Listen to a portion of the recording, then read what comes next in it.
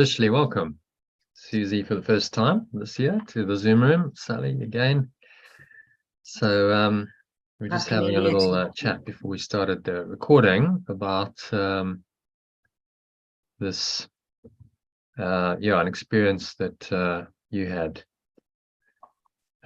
Susie. So perhaps you can just share that again quickly.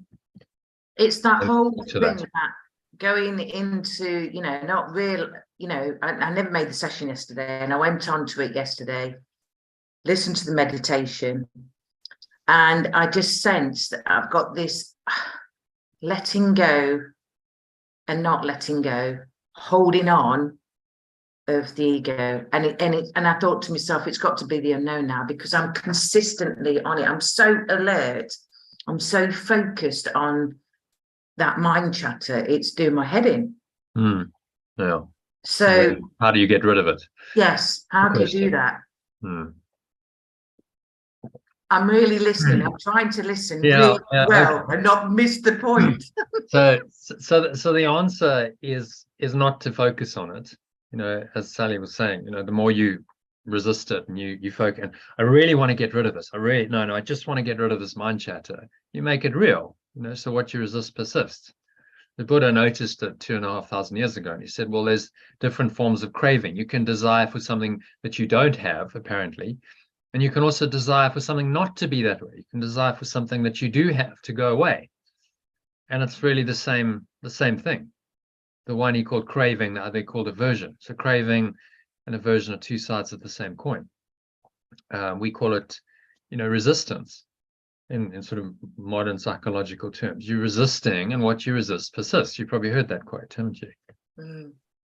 So the more you think of something and you say I don't want that, the more you're focusing on that.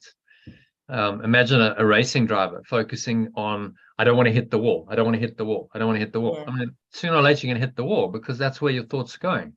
So denying it consciously makes something real. And so this is why various teachers and masters have invented spiritual practices, because they figured out that the direct approach, I don't want this, won't work. In fact, it's going to make the problem worse.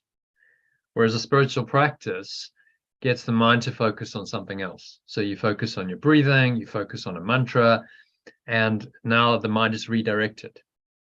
And so you go around the obstacle instead of going straight out and saying, I want to remove this, sledgehammer approach. And actually, the more you hit it, the more it pushes back, and you're in resistance.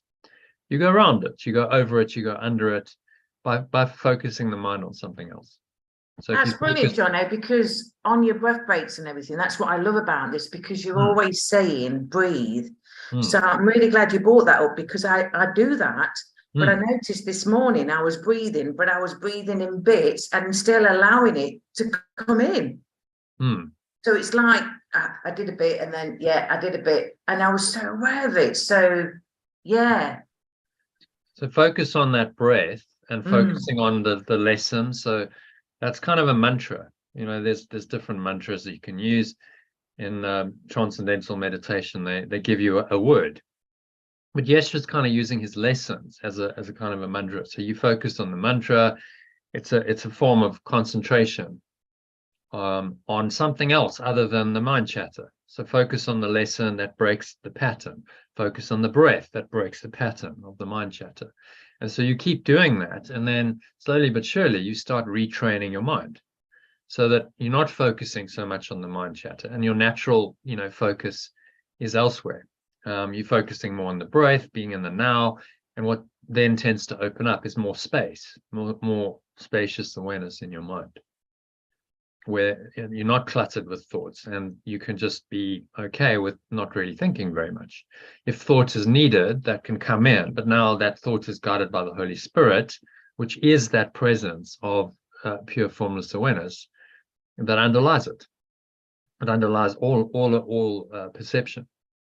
So by cleaning the mind of the mind chatter that interferes with your true awareness, and then allowing that awareness to guide you, which it in the strange miraculous way it does. Even though you're rooted in that awareness, you can still apply that awareness to perception, and you can get guidance and on the level of form, what should I do? What should I say? And that can come from that deeper awareness. And that's really what the Holy Spirit is. It's that ability to take this deeper awareness and then reinterpret all of your experiences through it, and actually interact very effectively in this world from the foundation of that awareness.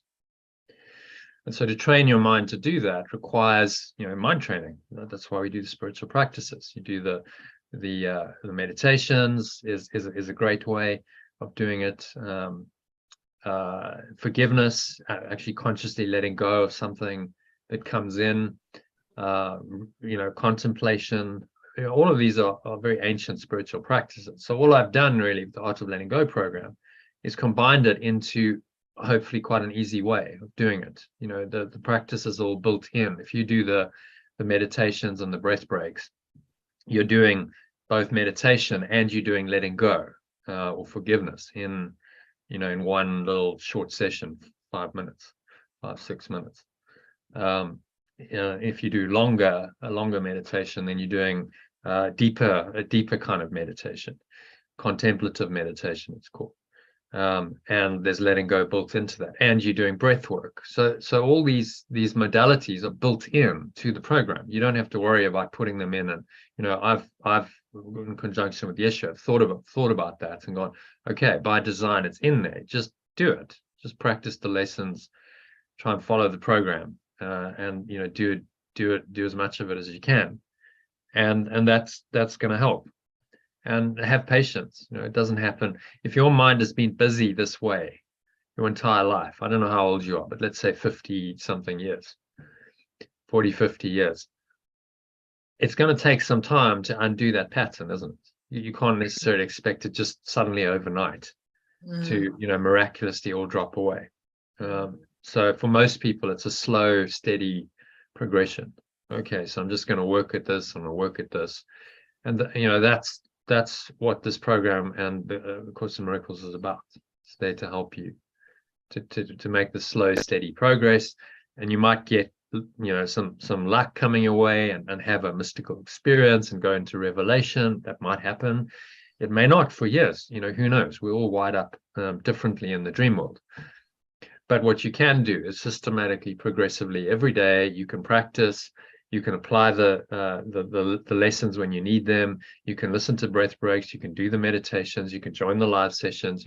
These are things that you can do to help you. And if you do that, by design, because of the way the A Course in Miracles, the workbook's been designed, as well as the Art of Letting Go, that it's going to be effective. It's got these spiritual principles and practices that are very ancient. They go back as far as sort of 3,000-4,000 years ago, when yoga started, and then that all got formalized into the system of yoga. And I based a lot of the practices on the yogic tradition, as well as the best of A Course in Miracles. So you've got pranayama, which is breathing, breath control. You've got withdrawal of the senses. You close your eyes.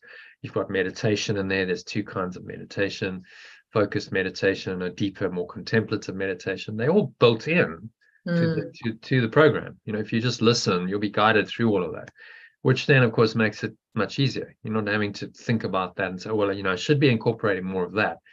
It's all in there for you. So the question is, can you just do it?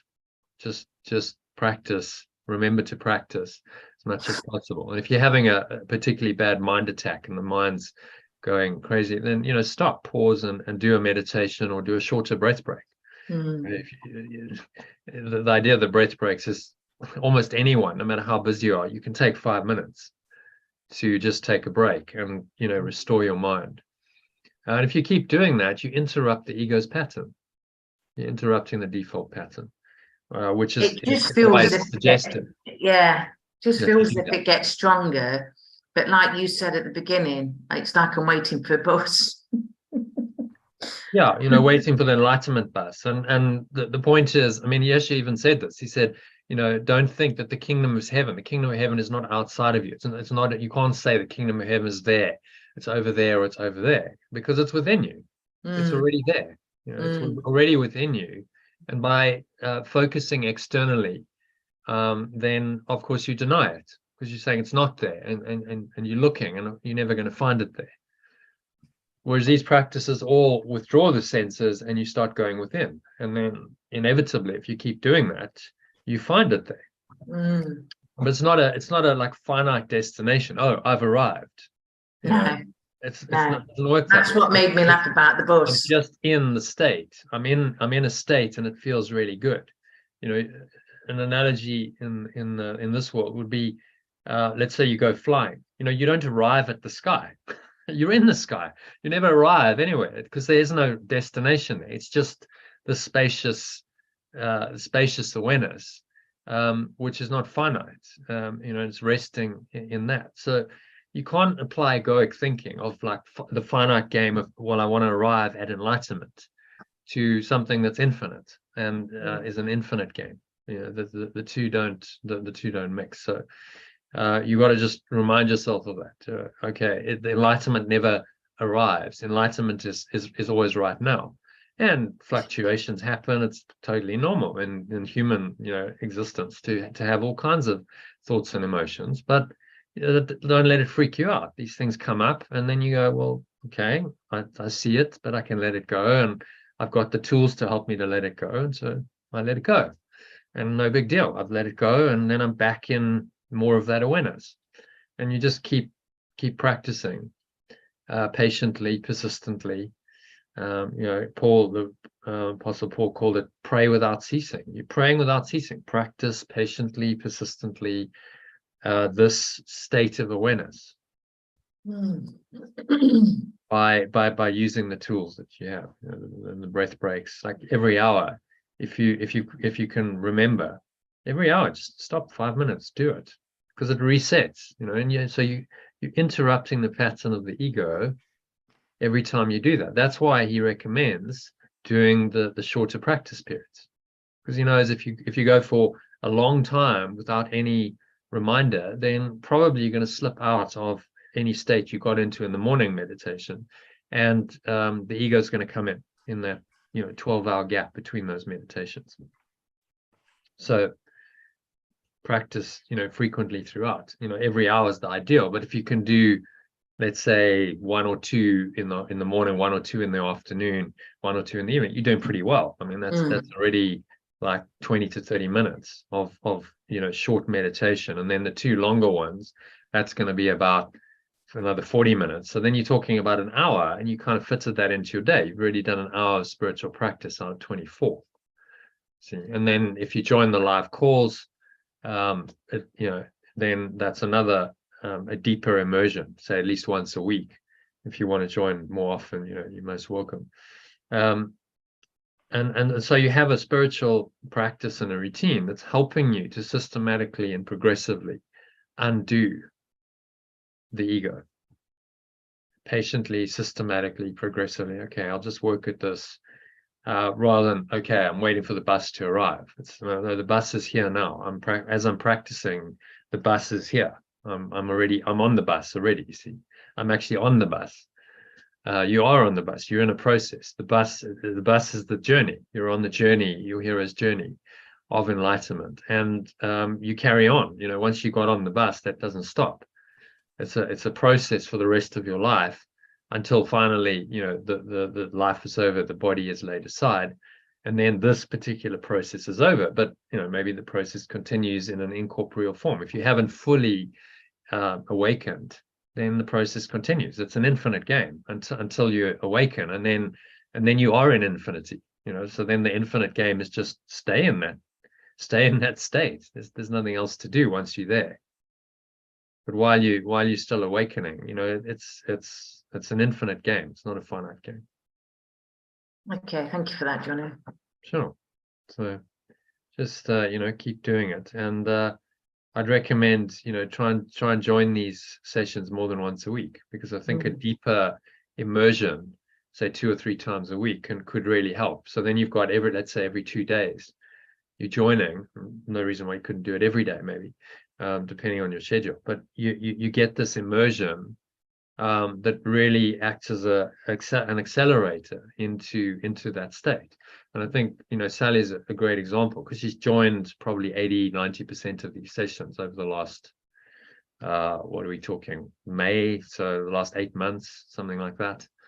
And she's experiencing that acceleration. Am I right, Sally? I mean, maybe you want to just speak to that a bit. No, it's quite true. You know, I try not to come on, but I can't not come on anymore, because it's like the momentum's here and I'm in the momentum and the flow. And yeah, it really does keep it going. And I really notice it when even I just miss a couple of days. I notice it. It's different. So yeah, coming on is great help. And it's just like constant brainwashing. It's like everything is like corrected, you know, anything that's coming up could be corrected immediately. Because if you haven't quite got the understanding of it, you enlighten us, and then it's like, yeah, it's just adjusting the GPS all the time, every day. Yeah. No, you know I mean, that's a good analogy. A lot of the time, an aeroplane is off course. It's going to a destination, and it's these minute adjustments off course, and then it corrects. The pilot corrects, and now you've got the autopilot. It corrects because the wind will blow it slightly off course, and then it's continuously correcting. So there's actually very little time that it's perfectly on course. It's always doing these minute adjustments, and that's kind of what we're doing here. It's like, okay, just don't make sure you don't go way off course. And so that's what this does. You're doing the live sessions, you've got your practice. It's impossible to go way off course if you do that, because those practices will bring you back on course very quickly. If you do that, you go way off course, you can go way off course when you stop practicing, because then the ego's got a hold, and it's like, okay, day by day it starts entrenching, and the old ways come back, and the patterns get more entrenched, and then like you way off course, it's really hard to find yourself and to get back into a proper routine and into spiritual practice. It's like, I mean, we've all done the gym thing, not exercise, and then you go back. It's like, it's quite hard because you haven't done it for weeks or months or whatever, and so much harder than if you just had a few days break and you come back into it. So the same principle applies with this. Just frequent, repetitive, ongoing, and these sessions, just it's like a deep dive immersion. So your meditations and your breath breaks, and maybe your reading on your own, or things you can do on your own, but you come on here, and the beauty of it is you don't know what spirit is going to bring. It's a field of transformation, and so the unknown can happen, unexpected can happen, stuff can come up and pop in, and you can get daily help and guidance really from the Holy Spirit via the session and me and Sally and whoever else is on the call. So why not use that? It's a great resource in your journey, which is why we run the sessions for anyone to join. And I don't think you can get the same. The recordings will help, no doubt, but you can't get the same effect through the recording. That just seems to be Sally, you've said that, a couple of other people have said that when you're in it, you're in a field of transformative energy right now, and there's that energy is flowing. If you're listening to a recording, that field isn't, I mean, you get kind of a residue of the field maybe from the recording, but you're not immersed in it. It's not the same immersion experience. And from your perspective of your attention, you might be listening to that while you're doing something else, doing housework or walking, and so your attention is a little bit distracted. You've got something else to focus on. Whereas here, it's like 100%. I'm in it. You're listening to it. It's audio visual. You've got auditory as well as the visual going on. It's a conversation where you can really engage in it. So my advice is use it. It's a tool, can really accelerate things. It's not expensive at all. In fact, probably too cheap. We were discussing it, so I think the price is going to go up a little bit. But still, even let's say it's doubles, it's still quite reasonable to be able to join something like this every day. So yeah, join us more often. So it's always nice to have more than two of us. And I think the sessions have another dynamic, the more people are on. So and the course is going to start. The I Letting Go course, which is the first 3 weeks of the 1-year program, is going to start in about a month, 5th of February. So I'd really, for that 6 weeks, I'd really say, try and join as many live sessions as you can, and really immerse yourself in this process, and do it properly. And I'll be talking about that. So join on the 11th, Wednesday the 11th in the evening. There's a masterclass.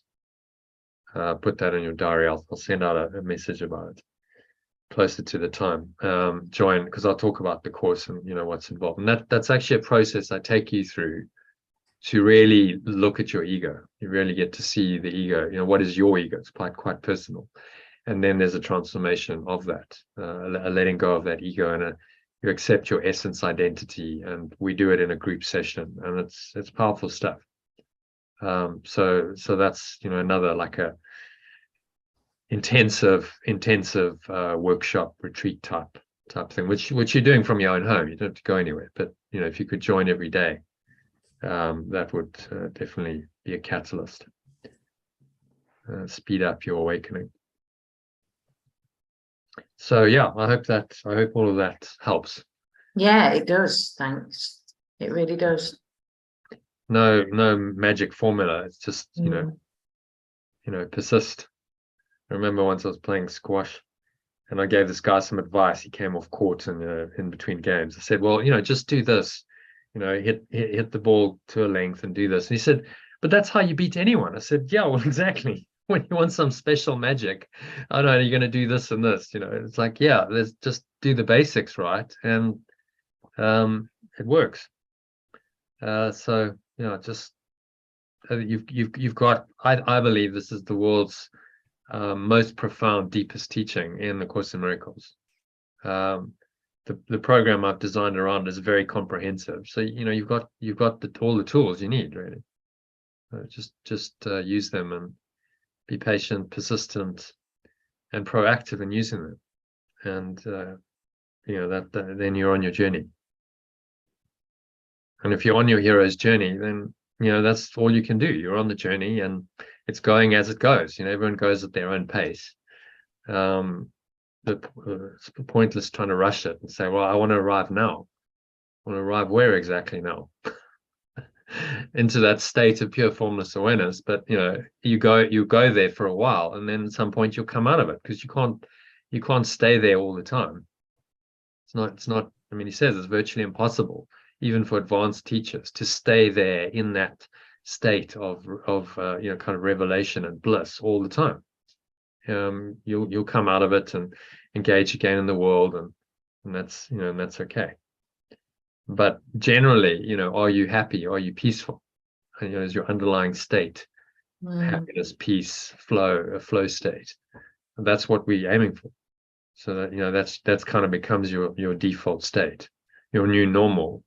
And life is very different then.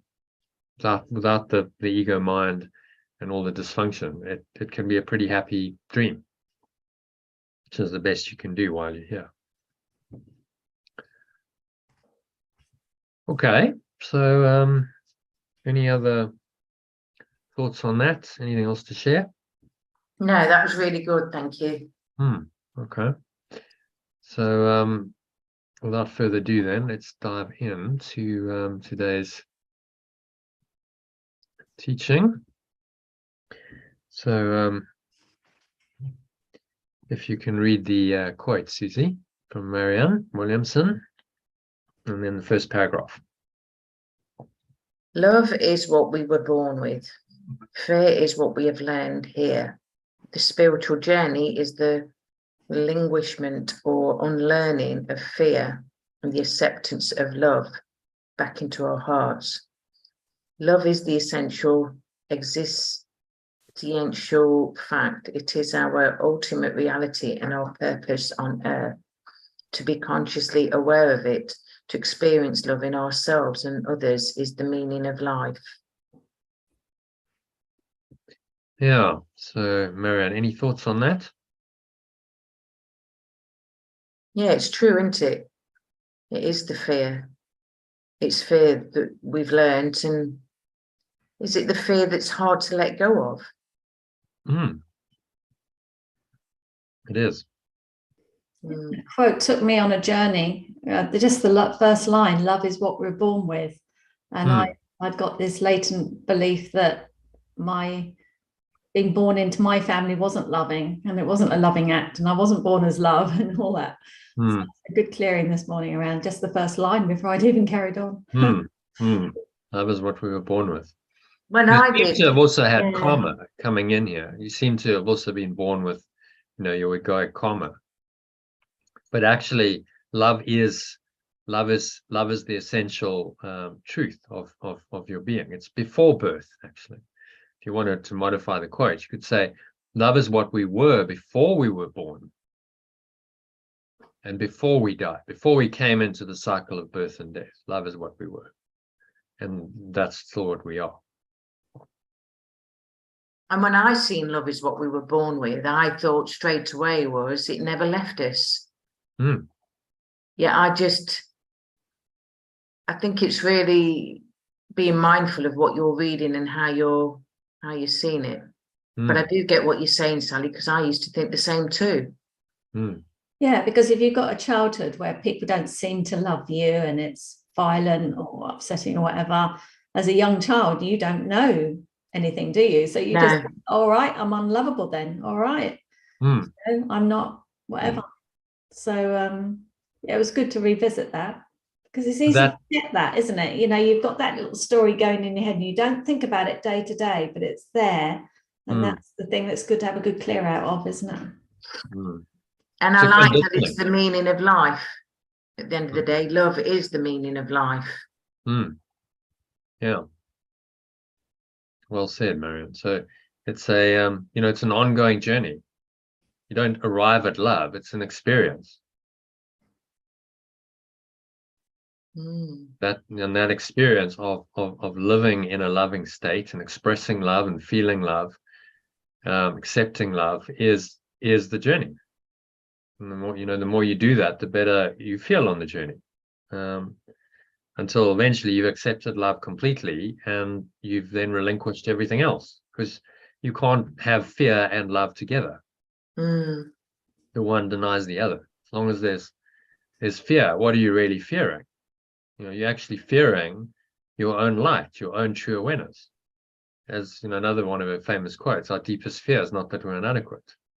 Our deepest fear is that we are powerful beyond measure. It's our light, not our darkness, which most frightens us. And so we ask ourselves, who am I to be brilliant, gorgeous, talented, and fabulous? But, who are you not to be? You're a child of God.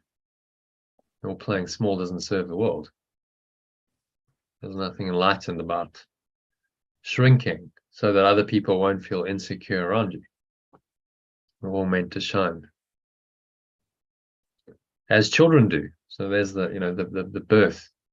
When a child comes in, I remember one particular picture of Gabriel.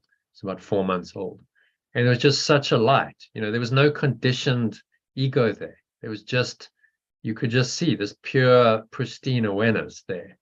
No conditioning, no learning yet, just kind of shining through. So yeah, that's always there, that awareness. And then if you have latent karma, then what will tend to happen is you'll get experiences that match that karma, and then that teach you, well, actually this karma, these karmic beliefs and patterns are real. And that's often what happens.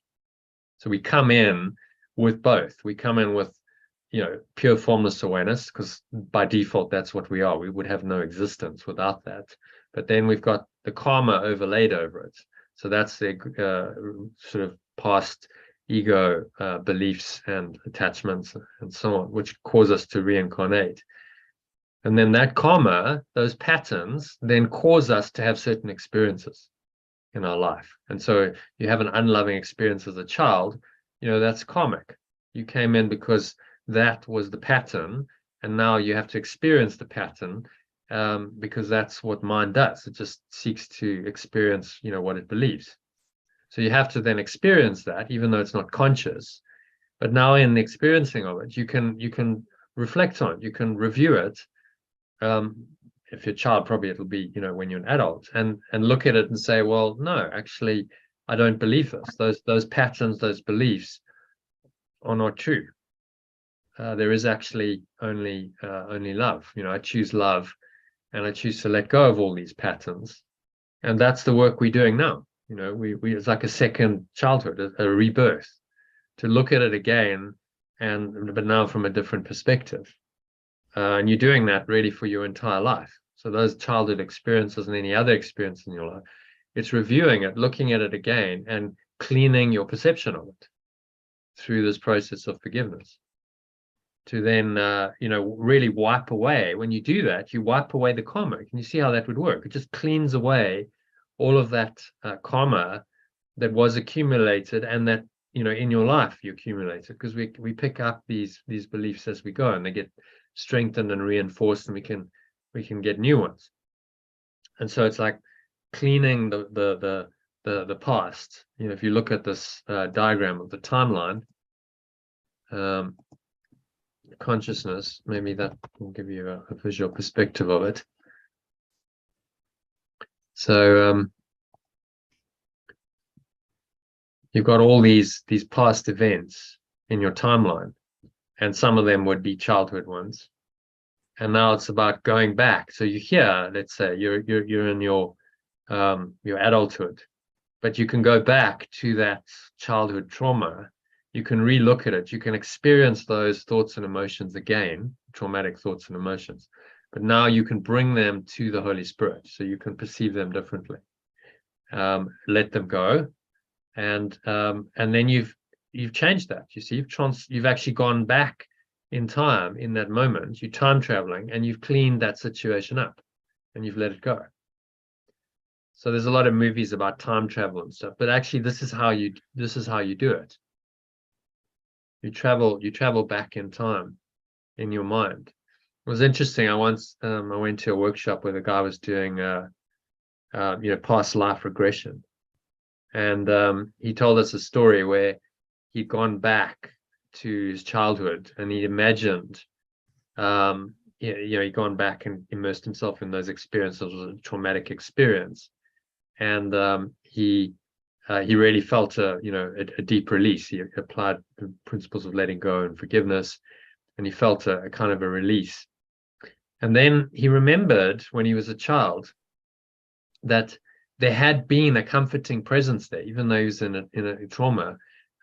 Something had come in and comforted him and helped him, and he realized that comforting presence was his future self looking back on that situation and comforting. And so he was actually there, because time is not linear. He was there, you know, as both a child and an adult at the same time. And as a child, he perceived himself as the adult coming back to let it go, which shows you that time is not linear. And it just shows you that you can actually collapse time through this process of forgiveness. As Yeshua says, you know, time is miracles are the only device you have at your immediate disposal for controlling time. So it's quite profound. You can go back and look at all of these traumas in your life, and you can clean them now. You can clean them up, and you can let them go with the help of the Holy Spirit.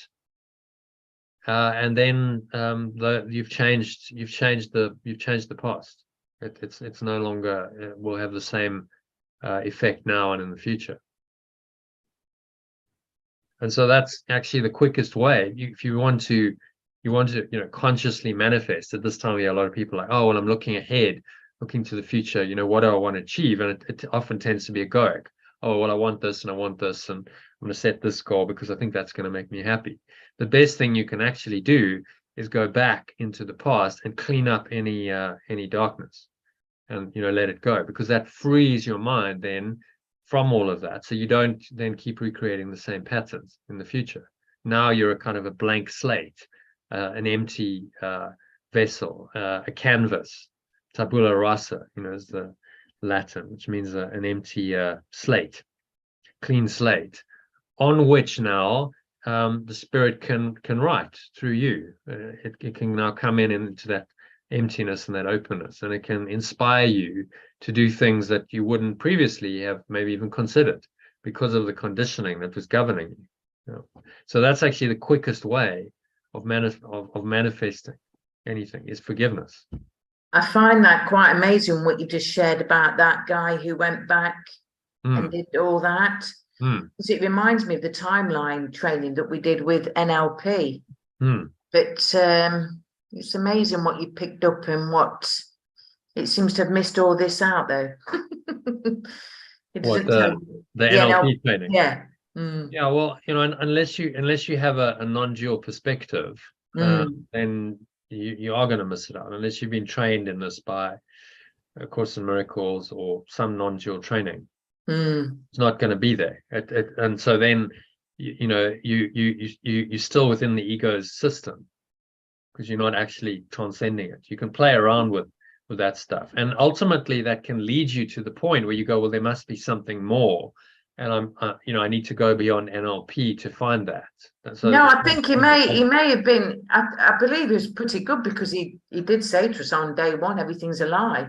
And I think that just threw me, and he was doing it. I think it was the resistance in me not wanting to go, or having to just cloud it over and think, no, it will get done. So I think he has. But now when you're talking about timeline,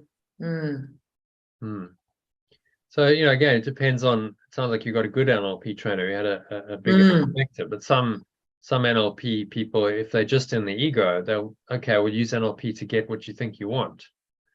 And it becomes magic. You're going to try and manipulate people, situations, and reality to suit your ego needs and get what you want, which will keep you here. It's going to keep you stuck in the timeline. Yeah, the awareness today to what it was 11 years ago is obviously so different.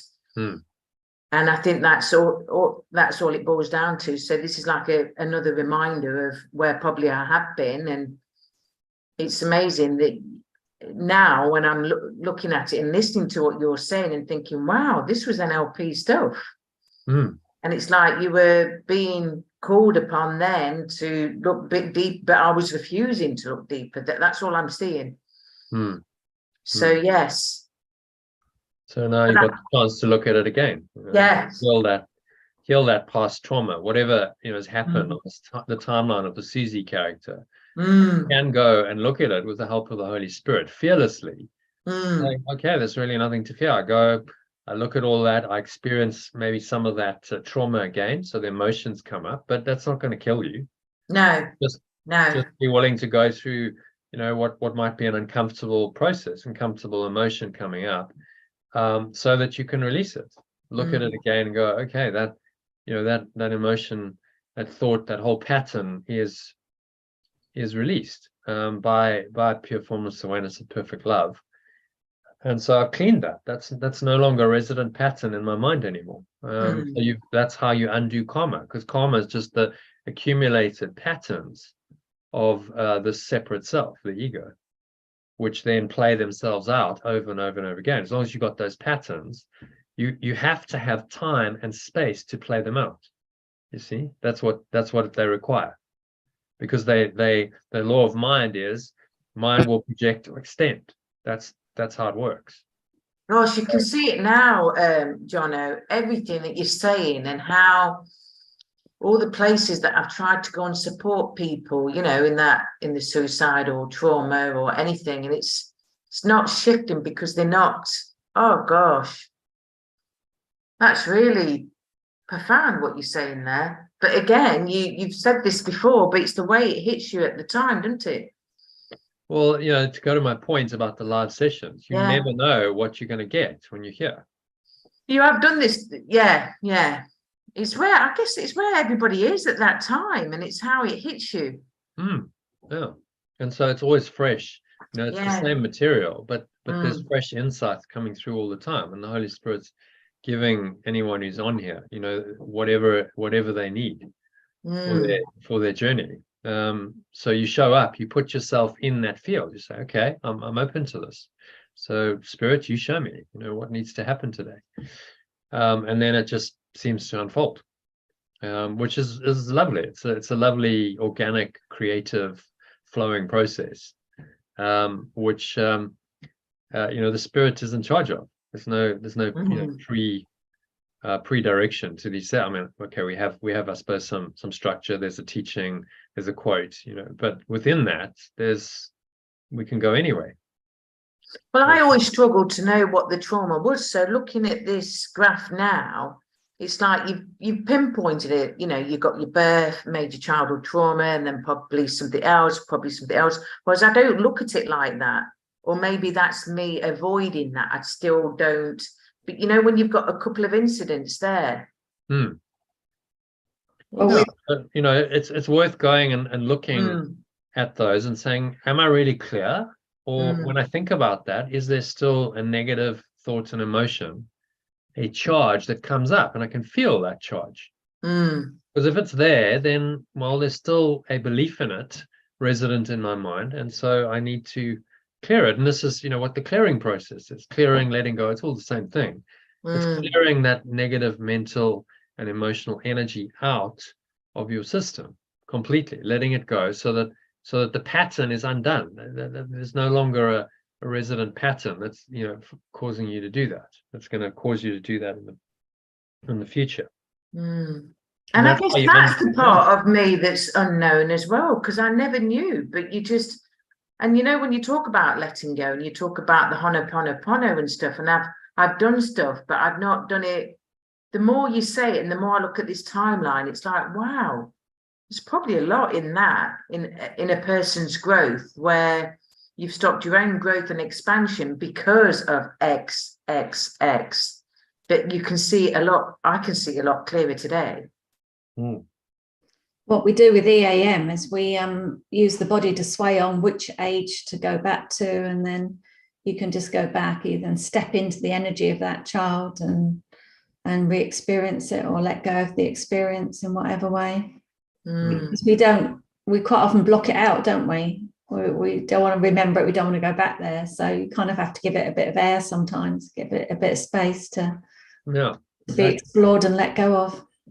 And that's the difference between metaphysically ghosting or spiritually bypassing something and really healing it. Spiritual bypass would be, oh yeah, no, I've let that all go. Conceptually, I know it's all an illusion, so I don't have to go and really look at it.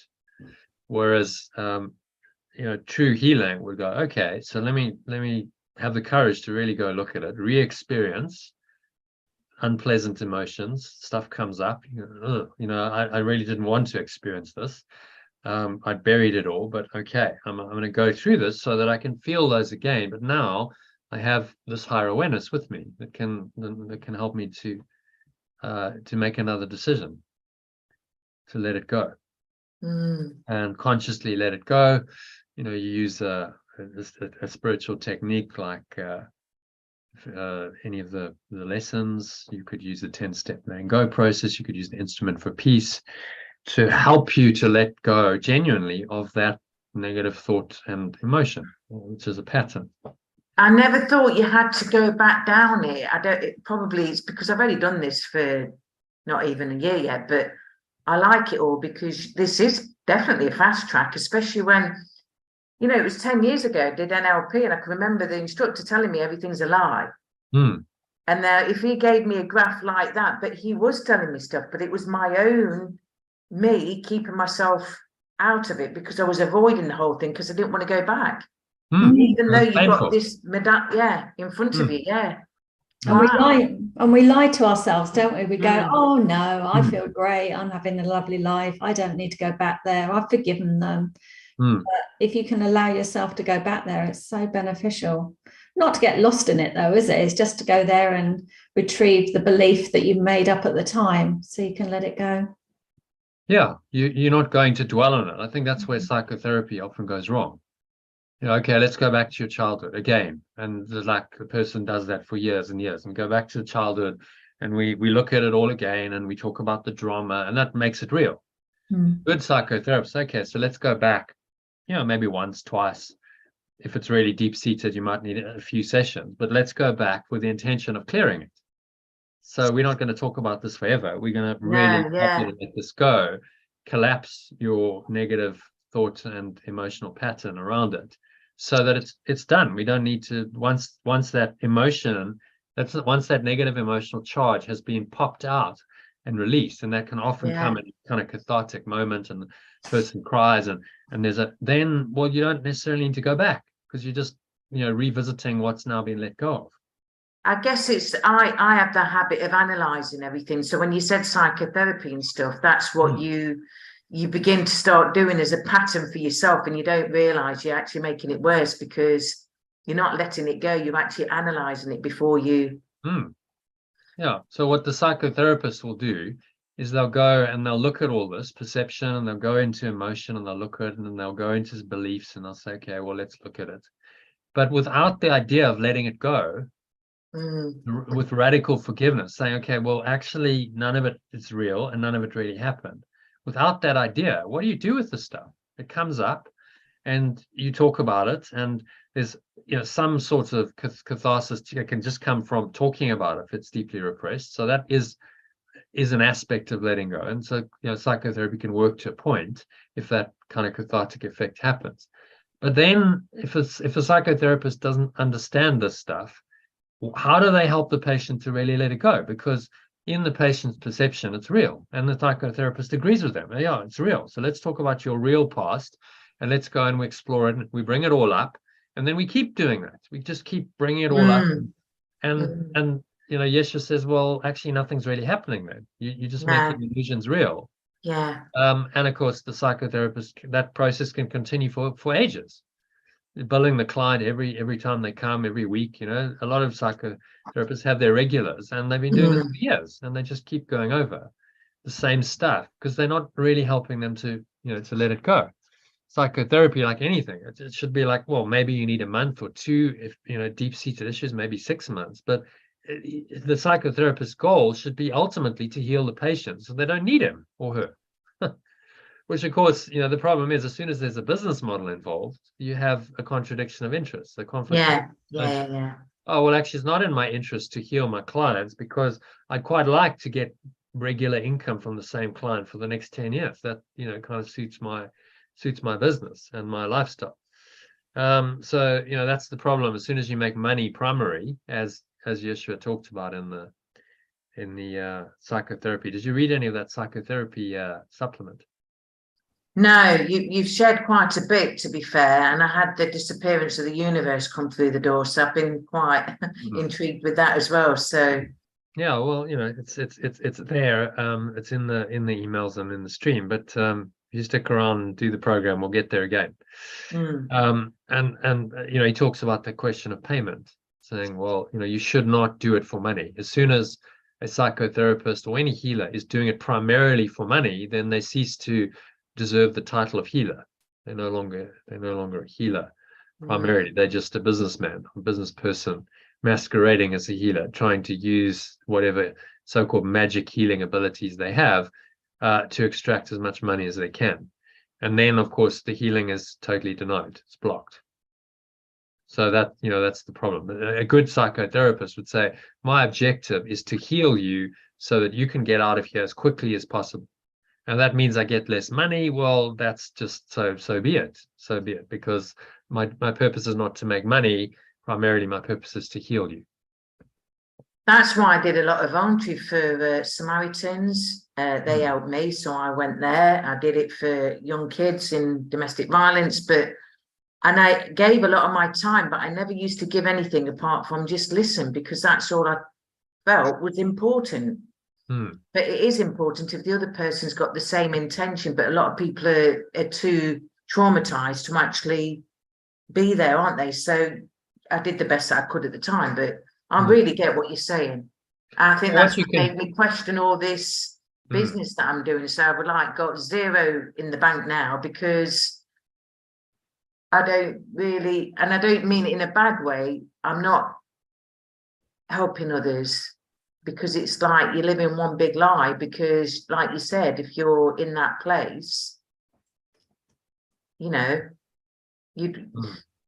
that's what made me question what I was charging and what I was doing. And well, it's heal thyself. So if you're on your own journey, it doesn't mean you have to be completely healed, but if you're going in the right direction of really undoing your own stuff, you can help other people to do that, because you know the process. If you're in denial of that, you can't really help another person to do that if you haven't gone there yourself. So, you know, too many psychotherapists have not gone there themselves. They haven't done that healing work on themselves. They've still got all their own issues.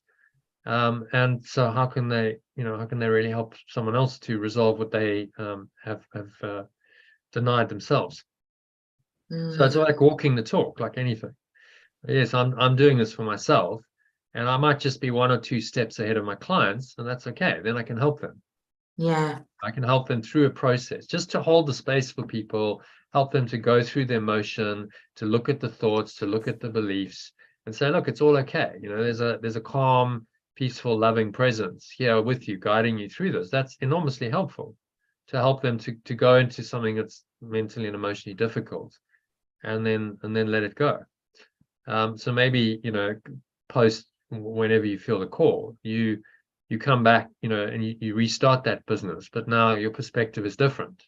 You're actually going, my job really is to help these people to genuinely heal their minds, to go on this journey where they find their true self, and I'm just there to facilitate that, and, you know, help them on that journey, using some of the theory and the tools and the techniques, the practices that you've learned through A Course in Miracles and other things. And, you know, if you have a practice based on A Course in Miracles and you really stick to, you know, the truth of it, it's going to be healing. There's no doubt it's going to profoundly impact people, because it's the truth, and the truth works.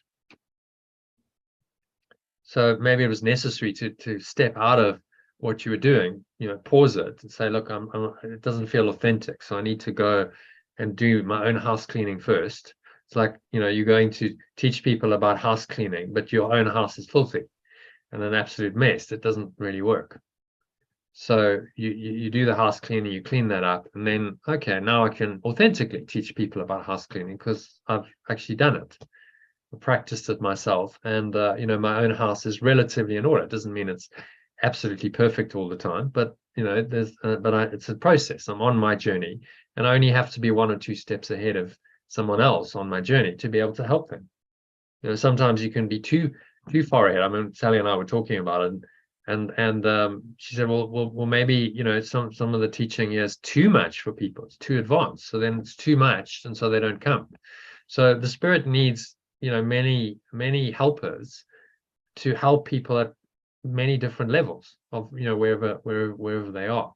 I guess it's clear. Yeah, it's clear to me, everything that you're saying is that I've avoided it all. I've been in denial, because when you just say about the house clearance, I can remember the BK saying exactly the same thing, and I was there in 2016 or whatever. I went on a retreat with them, so it makes me wonder where my whole perspective of life was.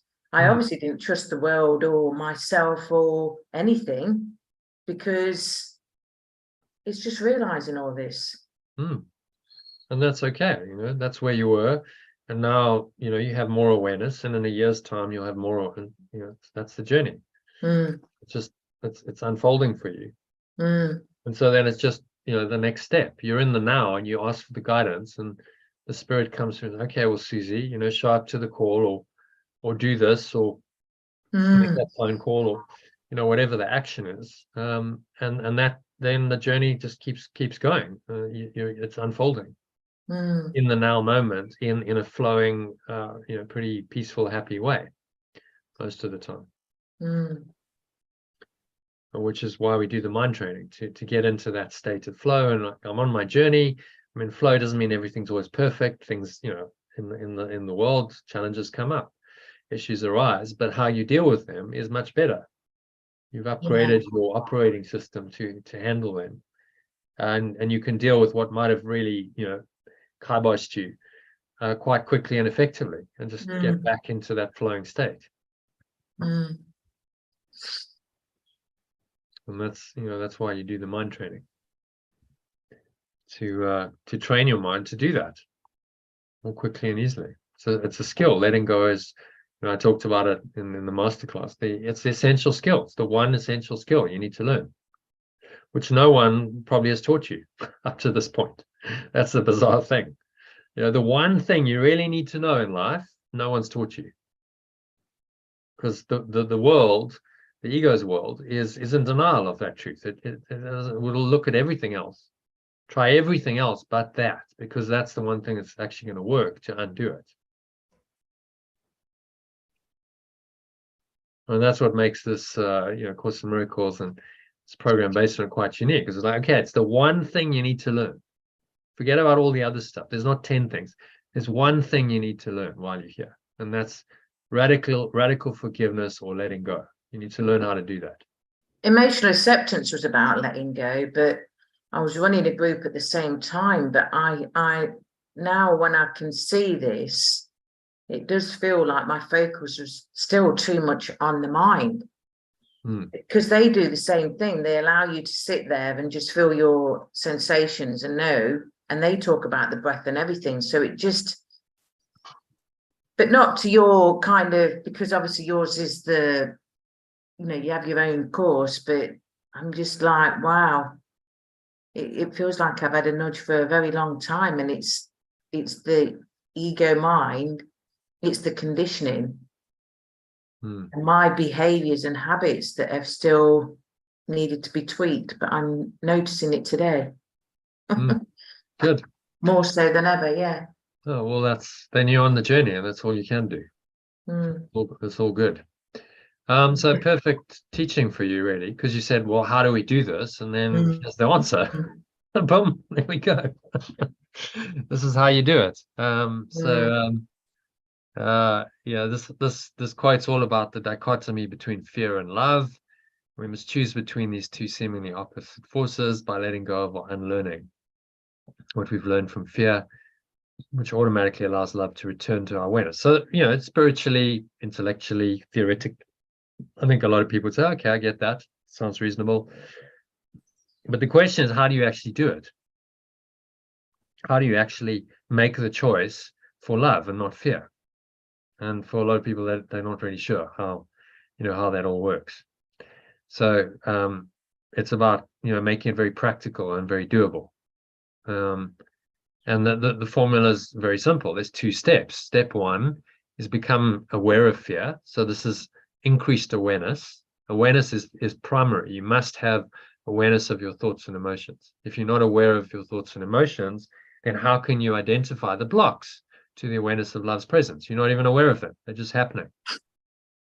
So that awareness is the start of letting go, because now there's another awareness that's not whatever it is that you're trying to let go of. And you realize that just by becoming aware of these things, you're aware of fear. Well, it means you're not the fear. There's something else that's aware of it. You see? So you've now gone into the right part of your mind, and you're able to then observe the other part, the wrong part, and go, okay, well, I can see that and I can experience it, but there is a sense of a higher awareness. But that's not enough. Some spiritual teachers say awareness is enough, but it's not. Because the next step is a conscious choice to let go of any form of fear. And fear is just a general placeholder for the ego. So that could be guilt, attack thoughts, anger, jealousy, rage, just a minor irritation, anxiety, that's obviously fear. Any kind of stress is really a result of an expectation that you had being violated. So that's what stress is. Just an expectation that you're worried won't play out as you want it to. So train your mind. Hold on a minute. You've just said something that I am doing. Okay. I can see myself because I did it this morning. I've gone to that place of fear. I'm seeing it, but instead of having the story with it, I should just be breathing through it. Let go of any form of fear that you've become aware of. Yeah, because that's in every breath break, it's included. You go, okay, just scan your mind. I go breathe in, create some space, create some awareness first. Then let's look at it. Scan your mind. Look at whatever thoughts and emotions are coming up. So that's step 1. In a space of more awareness, become aware of whatever's arising. And then step 2, with the exhale, you let go. Okay, now I choose to let it go. If it's not something I want, I consciously choose to let it go. And the breath just helps you to release that energy. It's an energy field. So it's like the breath can help you to release it. The mind training idea for the day can help you to release it. And then you feel a shift, an energetic shift by doing that. And so it's a two-step process, and that's just repeated over and over and over again. It's in every breath break, it's in every meditation, it's incorporated into all of the recordings that I give you, this process. So again, but you don't have to worry, just do the process and you're applying the steps. As I say, here's a general term that Yeshua uses in the course to refer to any negative, limiting, contracted emotions blocking your awareness of love's presence. Right? You're feeling not good about anything.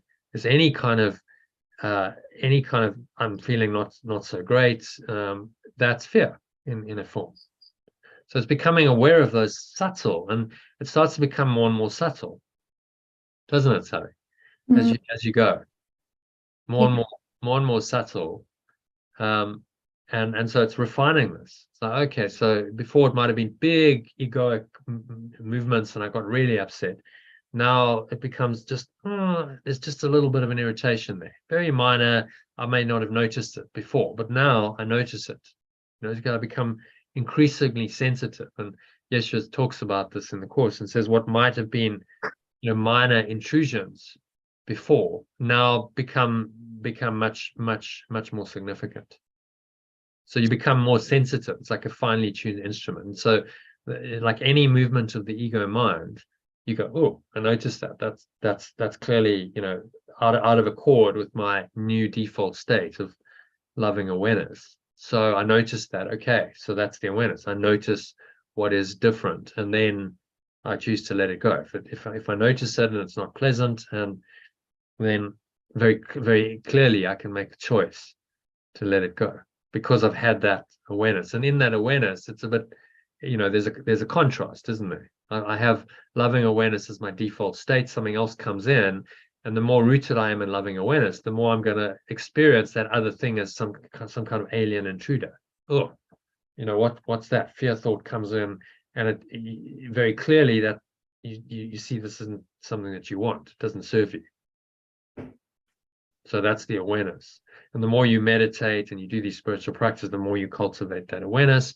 And then in the meditations and the breath breaks, you actually do step 2 as well. You let go of any form of fear. It's okay, because I think I experienced that this morning as well, the contrast of them both. So yes, you are. I'm in the right place. You're confirming everything to me so far. So it's brilliant. Thank you. Yeah. So, you can see then you're on the right track. So just keep doing it. If you're on the right track, don't stop. No. You're on the journey, you're heading towards the correct destination. Just keep going. Yeah. And that's your life. Your life is the infinite hero's game of this unfolding journey until eventually, you come to the end of it. There'll be a letting go of the body. And then if you've really learned your lesson, you're in infinity and eternity. You're actually then in the infinite eternal that you was coming through more and more in the infinite game you're playing on earth, you see, because the infinite game of the hero's journey and awakening is just a little taste of the full state of infinite eternal reality that it's pointing to, that it's leading to. Okay. So you might be asking how you cultivate the awareness. It's required for step 1, and release the toxic thoughts and emotions in step 2. So I've already answered this, but follow the ideal daily schedule I give you. It's in every email down the bottom. So you go down to here and try and do as much of that as you can. It's all there for you. Try to make it really easy. There's recordings. Try and do as much of that as you can during the day. Because that's going to cultivate this higher awareness. And then you've got 3 main mind training methods. So the first one is reading. So you can read the daily posts in Telegram or the email, whichever format you prefer. It's the same text, pretty much. you can read the related workbook lesson and the insert for the day. So that's maybe 7 paragraphs of reading, 5 paragraphs in the insert, 2 in the workbook. You know, nothing major there. That'll take you a few minutes, but read it in a kind of reflective way. So you give yourself a little bit of time. You're not rushing it. To just, you know, pause, ponder. Maybe you read a sentence and something strikes you, and then, you know, so reflective reading, meditating and taking breath breaks. So you can then take those the lesson and you can apply it through the meditations and the breath breaks twice a day, morning, ideally morning and evening, just after waking up, and then in the evening you could do it before bed sometime. Early evening you could do it. You know, find a routine that works for you as long as you're doing it. That's the main thing. And so that's actually you going into an altered state. The beauty of meditation is it's not just conceptual ideas. You actually go in and you experience the state of mind that all these lessons and these words are pointing to in the meditation. In fact, you know, the workbook lessons are actually designed as meditations. It's the meditation aspect of A Course in Miracles. We call it mind training, but it's going into an altered state. That's what he wants you to do, using his lessons as the catalyst for that. So that's number 2, reading. Number 2 is meditating and taking breath breaks. And number 3 is participating in the live sessions. So that's just a deep dive immersion where, you know, you can get clarity on issues. You know, if there's something coming up for you, like you can share it and then say, okay, well, let's talk about it. And you know, that's like, it's really, you know, like coaching, I suppose. You're getting a direct kind of answer to your questions coming through in the session. So you know, it's like a coaching session once a week, which can be very, very helpful to deal with, you know, specific things that are coming up for you, problems, issues. You know, the answer's always the same, really, but the way that answer is framed, it's only one answer, but the way that answer is framed and communicated to you can be different depending on what your need is. So that's what happens, the guidance of the Holy Spirit in these sessions. And then you also get to do some reading and you get to do some meditation that's incorporated in. So it gives you more of that. If you don't, you know, do that on your own, then at least you get it in the live session.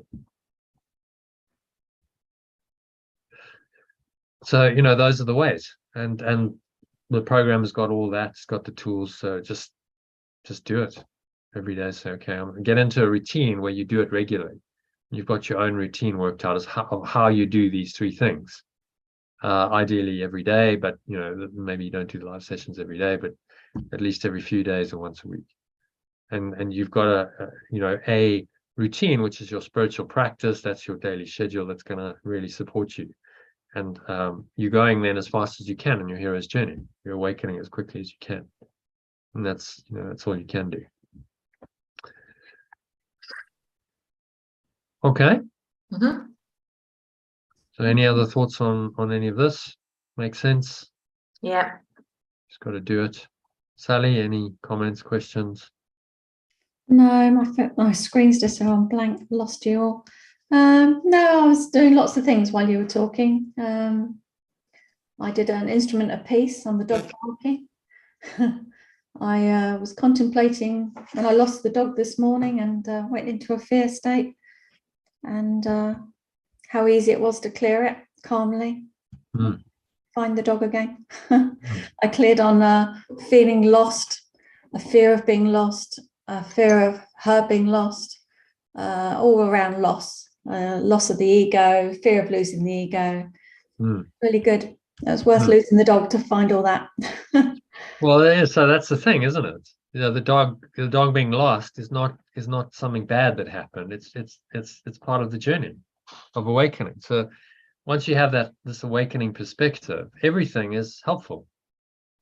Yeah, and I think for me it was like my mind's so clear these days that I was very clearly able to hear what my belief system was popping up when I'd lost her. It was just so, there was nothing else jabbering away in my head, and it was just, oh, she'll be scared she's lost me. All right, I can let that go. And then the next thing, scared of loss and whatnot. And it was just really lovely to be able to see so clearly what the beliefs were that were ready to come up and be let go of.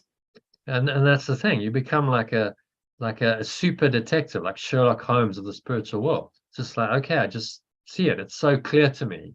What's obscured to everyone else, you just see straight away, and then you let it go. So it's like you cut through all of the ego's BS, and you can just go from perception all the way down through emotion, thoughts, and belief. And you can do that in seconds. Okay, I can just get to the core belief like that. I know exactly what the belief is. Then I can change my mind at the desire level. Okay, I don't choose this anymore. This isn't serving me.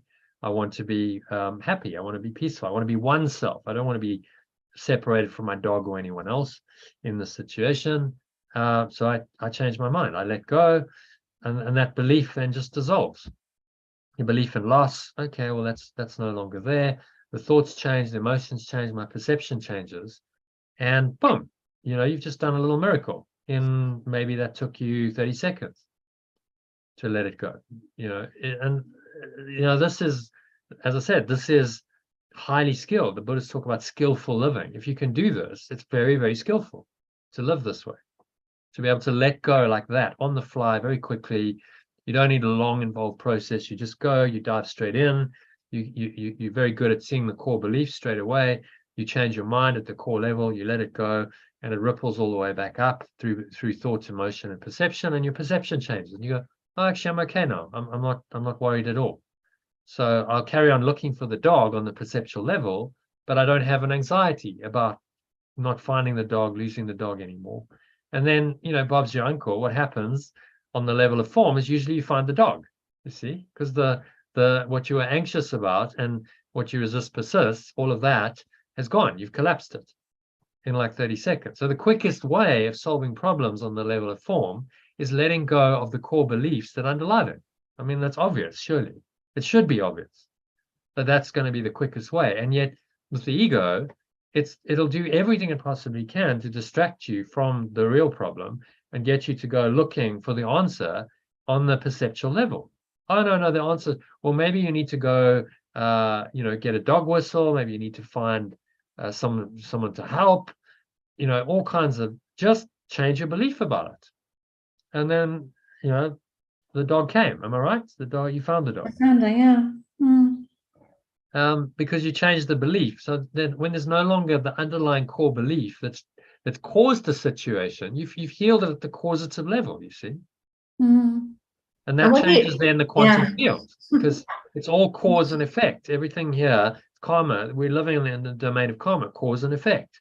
But the cause is in the mind, at the core, at the core belief level. So that's what I keep saying, reiterating. For this radical forgiveness is the most powerful manifestation technique, because it just clears your blocks, which are the beliefs, so quickly, and then it allows whatever needs to happen to unfold. You don't have to consciously then control that. That's the spirit's job. Once you're in the domain of pure formless awareness, you've accessed that, then that field of infinite intelligence does it for you. And it just directs you in whatever way you need to be directed to follow its guidance. Because if you don't clear it in the moment, then you're likely to be left with the fear it happens again. Yeah. So you get another call later to try and deal with it. So now I'm left with peace. Yeah. And calmness around it, then it's all neutralized, isn't it? It's all... Yeah. And then does the situation need to happen again? Well, no. If the cause has been removed, it doesn't need to happen. So now you're cleaning your karma, and the effects of karma, which may have happened, don't happen anymore. And so your life changes going forward on the timeline. You see how that would work. In the moment, you went into the spirit, you cleared it, so that ego arrow is dissolved. And then going forward, you don't need another drama. You don't need your dog to be lost again, because you've already cleared it. The cause has been removed. So it doesn't need to happen again and again and again on the timeline. Some people repeat these things over and over. If you keep in the ego, you just get stuck in the same patterns, and the same kind of things happen over and over. And they go, why does this stuff always happen to me? I remember it happening before. I remember 8, 9 years ago, after I separated from my husband, I felt lost. Yeah, very lost. And it's the same feeling.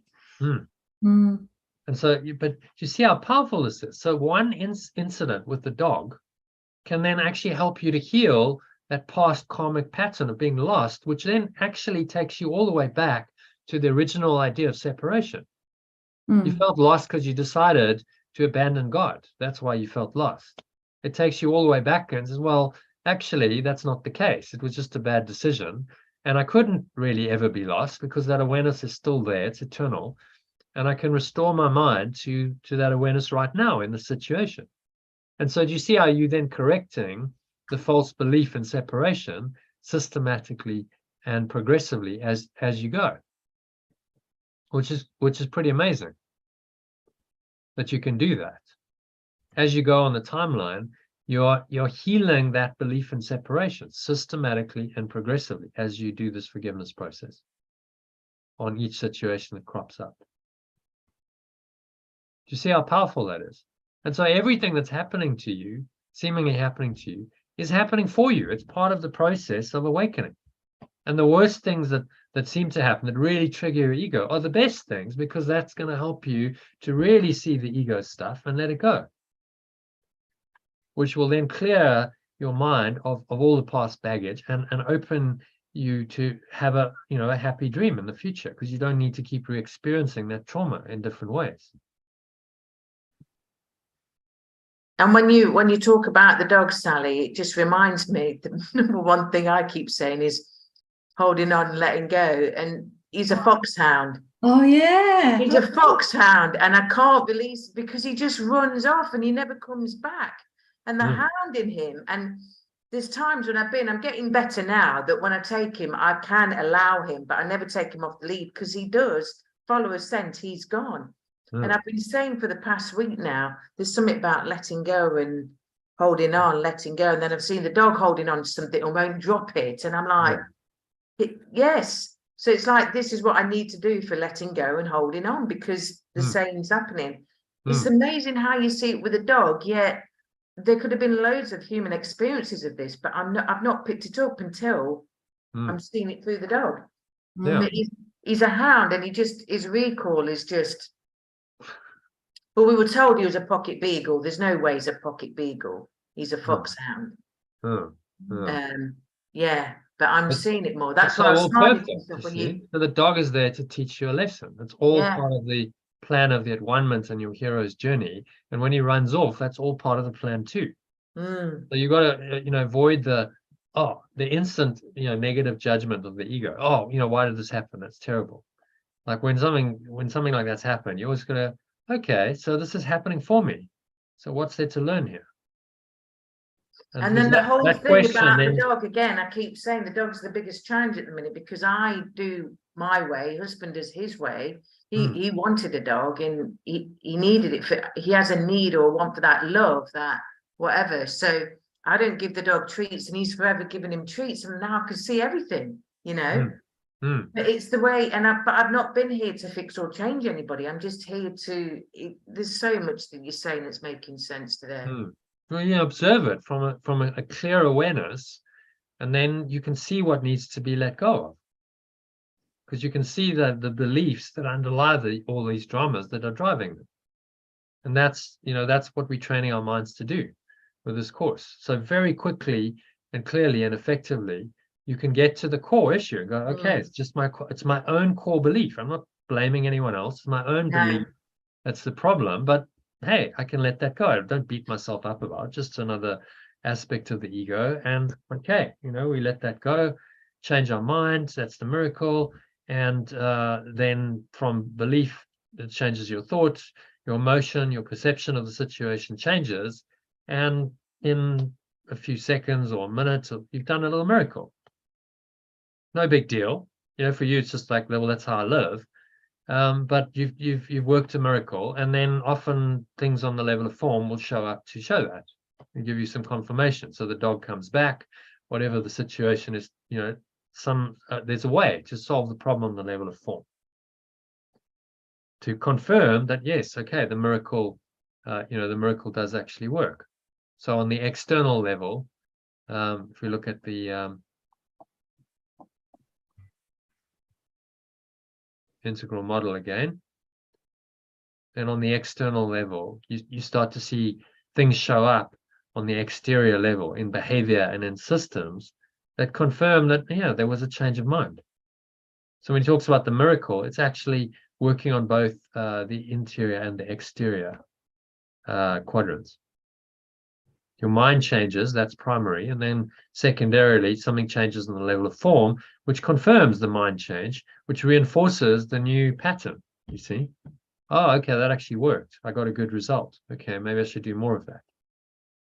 So miracles, as well as the ego's negativity, are self-reinforcing if you use this. This is how it works in the illusion. And so that can be really helpful. And then that actually, those miracles are an essential part of your awakening process, because they confirm to you that your new belief system is correct, because you got a good result. And so he's asking us to use the illusion to awaken. That's part of what forgiveness is about. You need the lessons showing up in the external level, on the exterior level, because that's the mirror that shows you the dysfunction. And then you also need to see the correction of your mind mirrored in the external mirror, so that you can really see that this actually works, which then confirms that it does work, and it builds your belief and your faith in it. And so that ongoing process of miracles is what awakens you ultimately. If you keep using this projection perception mechanism the ego's created, if you use it for the Holy Spirit's guidance, then it will awaken you. And so you're using the ego's defense mechanism to awaken you, which is brilliant. It's turned the tables completely on the ego. I had a group yesterday, an American group, and they all had dogs on the Zoom call. So we did a whole session on what the dog's trying to show you. It was really interesting. People were gradually, at first they were like saying the dog was this. And then as it went on, they were like going, oh, so that must be me then. So I haven't let go of that aggression or that fear or whatever. It's just really cool. It made me think of my old dog that wouldn't let go of toys and bones and balls. And I thought, oh yeah, at that time I wasn't really willing to let go. So yeah. And dogs, because they pick up on your energy, and there's kind of a symbiotic relationship with the owner, are brilliant mirrors. They just show you, okay, well, the dog's issues are your issues. But we got to stop thinking in the separative terms of the ego. Oh, well, the dog is somehow outside of me, and the dog is an independent entity, and the dog's got its own issues. If you think in connected terms, you go, no, it's all connected.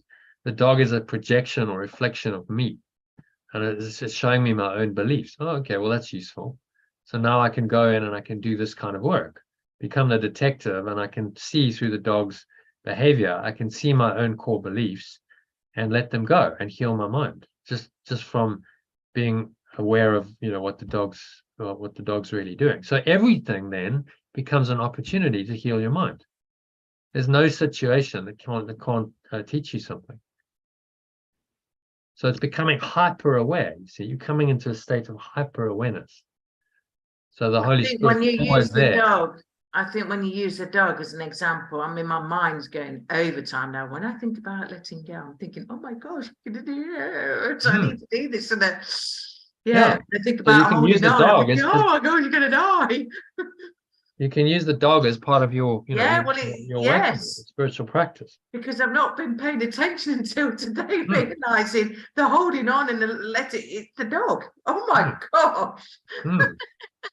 And if you practice really letting go, then notice how the dog's behavior might change. And that's then the external confirmation that, yes, okay, this law of mind actually does work. You see it. Well, it's been contradicting, because on the hand groups, they're all saying that all the dogs are doing the same thing. So Paddy takes these high-end treats and he's giving them, and I don't use treats. So that's conflicting on its own, because I know the dog, it doesn't matter about the treat. He's not bothered about the treat. Oh, this is fascinating. Well, you start to see then that there's a singular thought system that is true, and you start to believe that and that alone. and all the distraction. The ego's always got its distractive devices going on, other beliefs, but you can cut through all of that rubbish and just go, I can see through the smoke and mirrors and see through the illusion and get straight to the truth. And that makes your life a whole lot easier. Just everything just works much better. You can just be on point, clear. You can get straight to the core of the issue and deal with it. And that's why it's called radical, because you're getting to the root and just deal with it very quickly and easily. And that makes you highly effective. You know, there's no people who are able to do this are highly effective in this world. They are the miracle workers of this world. That people go, wow, how do you do that? Well, you can train them. It's a trainable skill. You can learn this like anything else. Practice, practice, practice, and you get better at it. Fortunately, so enlightenment's not now just for spiritual geniuses or you're lucky or you've got good karma. Enlightenment is something you can practice and train. It's like anything else. By applying the lessons, the three ways that I've spoken about. You've got, just to summarize before we jump into the lesson, reading, but reading contemplatively, reading reflectively.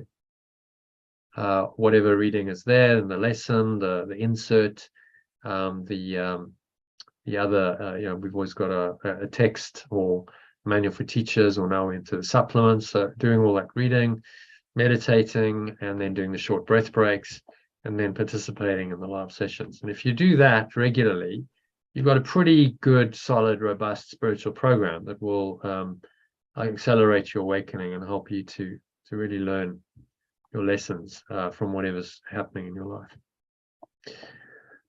Okay, so shall we dive into the lesson then? Actually, what I want to do is what is the ego? If we've got time. Have you got until 3 o'clock? I've only got another 10 minutes. I've got 2:15. I'm all right till 3. Till 3. I just want to say, while you were talking then as well, Sally did say in one of the sessions, I can remember now, are you really letting go, Susie? And I'm thinking, I don't think I was listening then, Sally. You remembered it, so that was good. Because we're all still here, and I'm thinking, oh my gosh. I think she was asking, are you really letting go, Susie? I thought, yeah, I'm doing it all the time. And, and now it's just hitting totally differently that, oh my gosh. You see what you're doing? You're letting go of your self-concept. That's the key.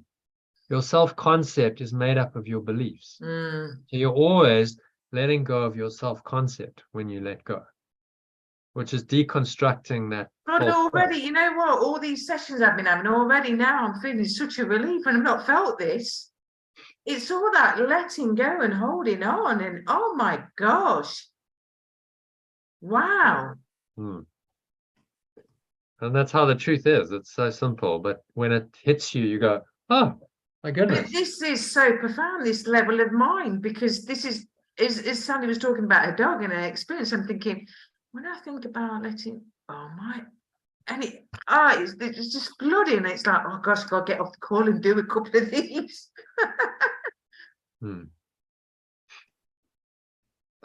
Yeah. Okay. So shall we go into Sally, what do you want to do? Do you want to just have a look at the lesson? Yeah, just look at the lesson for 5 minutes, then I'll go. And then you got to go. Okay. So let's have a look at today's lesson. Where are we? 32. There we go. Okay, so if you want to read the original and then the alternative version of it, and then the first paragraph. Fear binds the world, forgiveness sets it free. Fear imprisons the world, letting go sets it free. And there's a nice, I found that image. Yeah, the goldfish. The goldfish jumping into the empty bowl, which is what we're doing. That's the crowded, and the fear says, oh, but I know the bowl, and this is okay, and better the devil I know than the devil I don't, and all the other goldfish. And no, this is, don't even think. In fact, most of them are so asleep that they don't know that they're in the bowl. You see, the fish doesn't even know it's in water, and it takes the radical thinker to go, maybe there's something other than the bowl. Going back to Plato's cave analogy, maybe there's something other than the cave, and I'm willing to go and explore that. Go outside of the known world, which everyone else is swimming around and thinking it's reality, and consider that maybe it isn't. Maybe there's another reality, and that I can take flight and leave that. So that's the hero's journey into the the empty, spacious awareness, a bigger bowl. You come back into the world. You haven't departed the world, but now your perspective from the other bowl, this is the real world, isn't it? That you're seeing there. This is the real world. Yeah, and that's what it feels like going into the oneness. These oneness experiences I keep having, it's like jumping into that clear bowl. Yeah, jumping into the clear bowl, and from the clear bowl you can see the other bowl much more clearly. You go, oh wow, all the fishes are swimming around there and they're doing their thing, and there's a drama. That fish is upset, and that fish is dying, and that fish is sick, but it's like you're looking at it from another reality, another awareness. So none of it, the drama of it, is all a bit removed. You're no longer in it. You can observe it, but you're no longer in the bowl swimming around with all the others. Even though they will see your body here, mentally and emotionally, you're not in the same bowl. But I still see the body. We often have a joke in the house about one day they're going to wake up and Sally just won't be there. I don't know how that will work. They'll just ascend. I remember one lady once saying to me, so my teacher said, that we might all ascend this weekend. Wow. What do you think of that, Jono? I said, I don't think that's going to happen. Because to ascend, that's like ultimate awakening. You're completely awake. There's no need for a body anymore. You're at Yeshua's level, and poof, pop, you go. Well, clearly she wasn't. It was very obvious she wasn't about to ascend.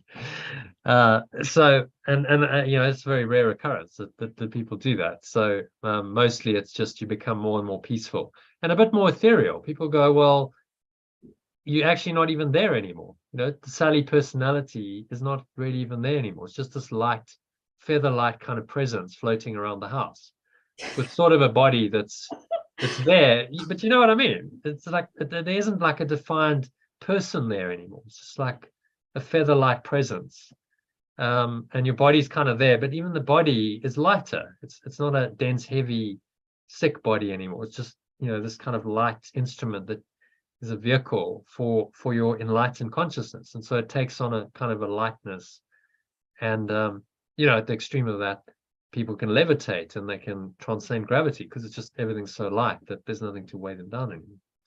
So maybe you'll float out the window. Who knows? Oh, there's Sally floating away. I was watching Mary Poppins, as I said, and she just floats up into the sky. Well, it's all symbolic, isn't it? It's just a lightness. You're not bound to the earth anymore, and the sky is the spacious awareness. So you can just float up there, and they ended up. The movie ended up with them all getting balloons, and then the balloon just takes off and they go up into the sky, and they're all like happy in the sky. So like the symbols are all there. They're in a higher state, in that spacious awareness, and the balloon is what's in their heart, because the balloon lady says, well, whatever's in your heart will take you up or bring you down. So it's like, well, and the egoic banker who's trying to steal his house, he gets a balloon and the balloon just falls flat. It's like on the floor. And the others are, so what makes the difference is what's in your mind. Wow, you're giving a whole new perspective of that one then. Yeah, what of balloons. Mary Poppins. The film, Mary Poppins film. Mary Poppins Returns. Watch that one. I mean, the original's also got great spiritual message, but the latest one was, I don't know, made 10 years ago or something, and just amazing. Maybe I'll send it out as one of our movie watching. What's that? Mary Poppins Returns. Mary Poppins Returns, yeah. Which is a children, so-called a children's thing, because I watched it with Gabriel. Yeah. Enjoyed it, but actually, if you do it from the perspective of truth, you see that you see the messages, the lyrics of the song. Amazing.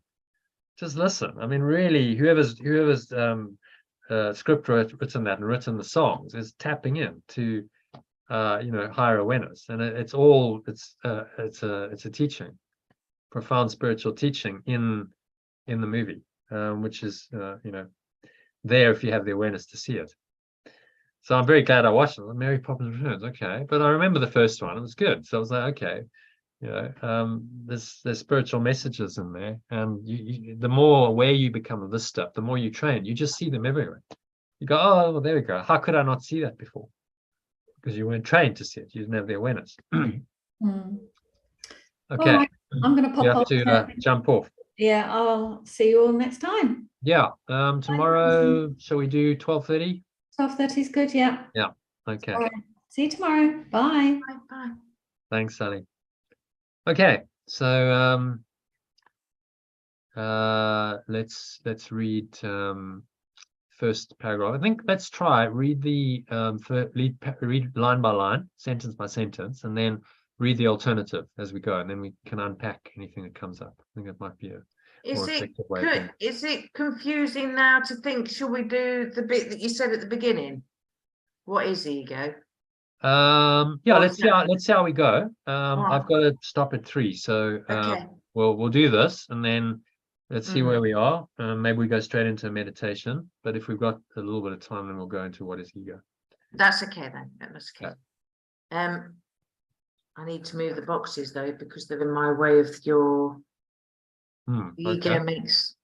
No, it's okay. The ego makes illusions. Did you want me to read the whole lot? So the ego makes illusions, and then the alternative is the belief in separation makes illusions. So just you want to do it that way? Okay. Yeah. The belief in So really, the ego is just a belief, which sort of a lot of people are scared of the ego. It's this big bad, dark entity, but actually it's just a belief. So the belief in separation makes illusions because the belief is not true. Okay, next one. Truth undoes its evil dreams by shining. That it's missing now. So let me just see. By shining them away. Yeah, that's it. It's okay.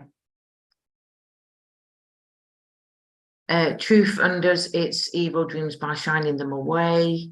Truth undoes its evil dreams by shining them away. I didn't change that one. So I quite like the imagery, shining them as the light. It's really the light of your true awareness, just coming in and looking at the falsity, and that just dissolves it. Once you see clearly with true awareness, the evil cannot continue.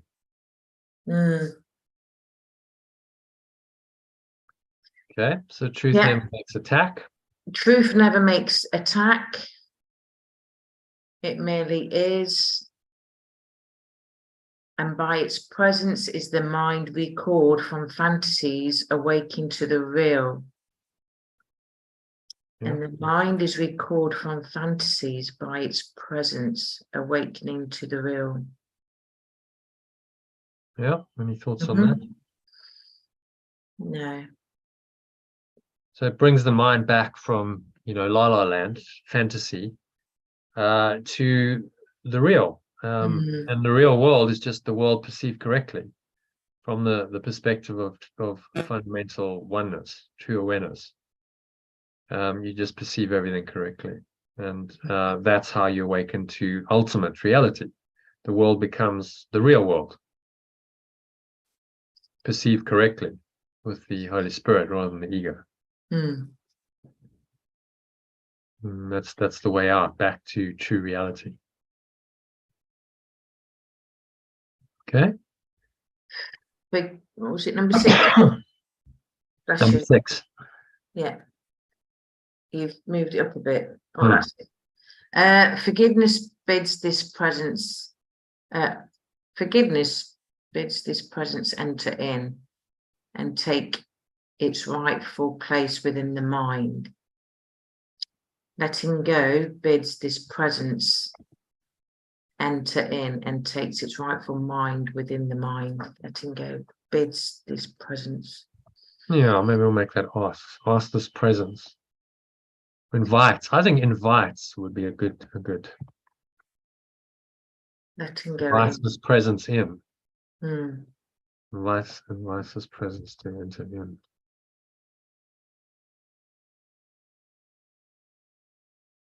Just about getting the translation that's kind of smoothest. And take its rightful place within the mind. Yeah, letting go invites the presence to enter in and takes its rightful place within the mind. Without forgiveness is the mind in chains, believing in its own futility. Without letting go is the mind in chains, believing in its own futility. What does that actually mean, futility? Futility. What does it mean? Futility means it's pointless. There's no Oh, point. A futile, game is one which has no point, no purpose, and no meaning. So the ego is futile because it has no purpose and no meaning. And when you believe in what's futile, then you can only ultimately be depressed.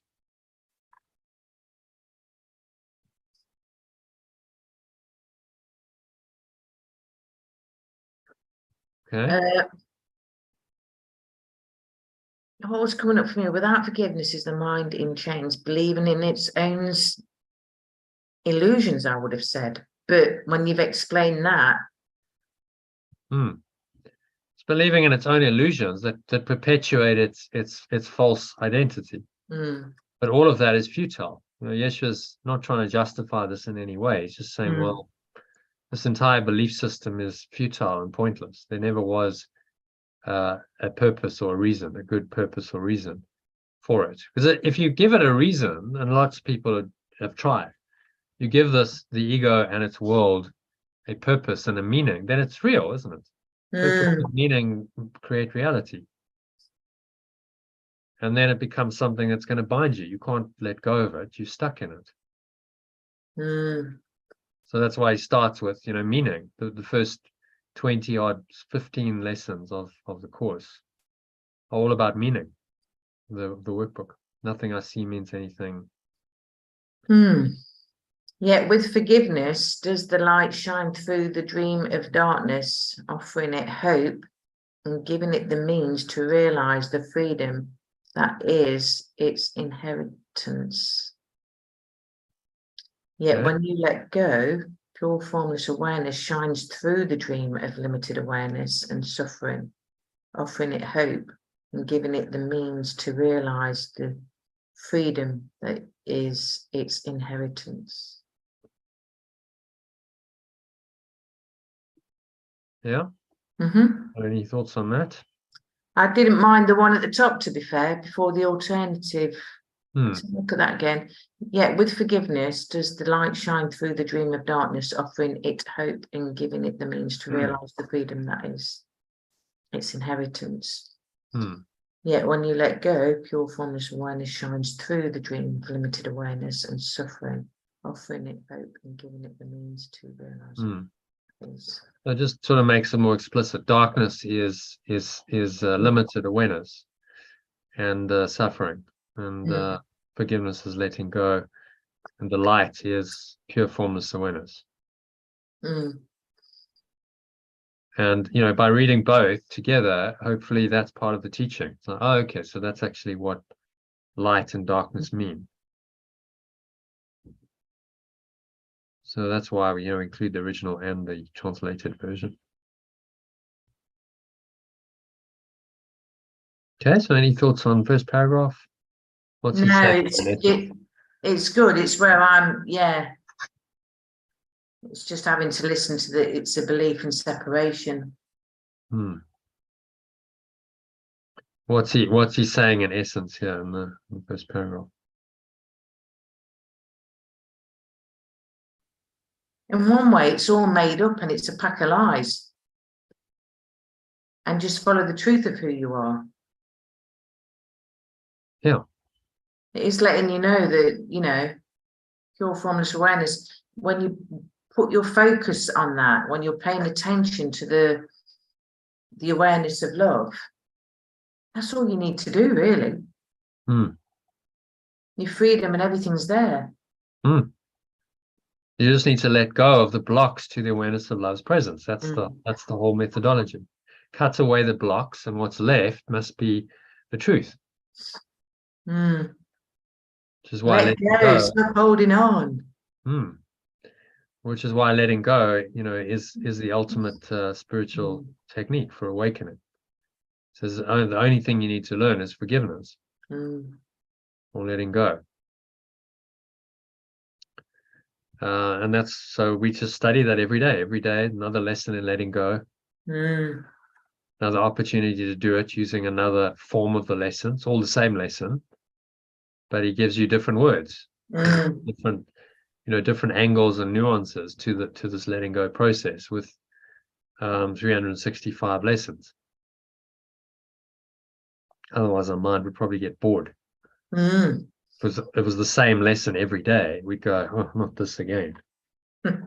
But actually you could meditate on this lesson every day, and there's benefits in it. But he knows, you know, your mind would get bored, so he's switching it all the time and giving you a different perspective. You know, so like today you did a session and it gives you a different perspective on what you kind of already know. We've been over the same stuff over and over, but it gives you a different perspective because of just the way it's framed and where you're currently at. And then you go, oh wow, I just saw something new. So yeah, encourage you to join as many live sessions as you can.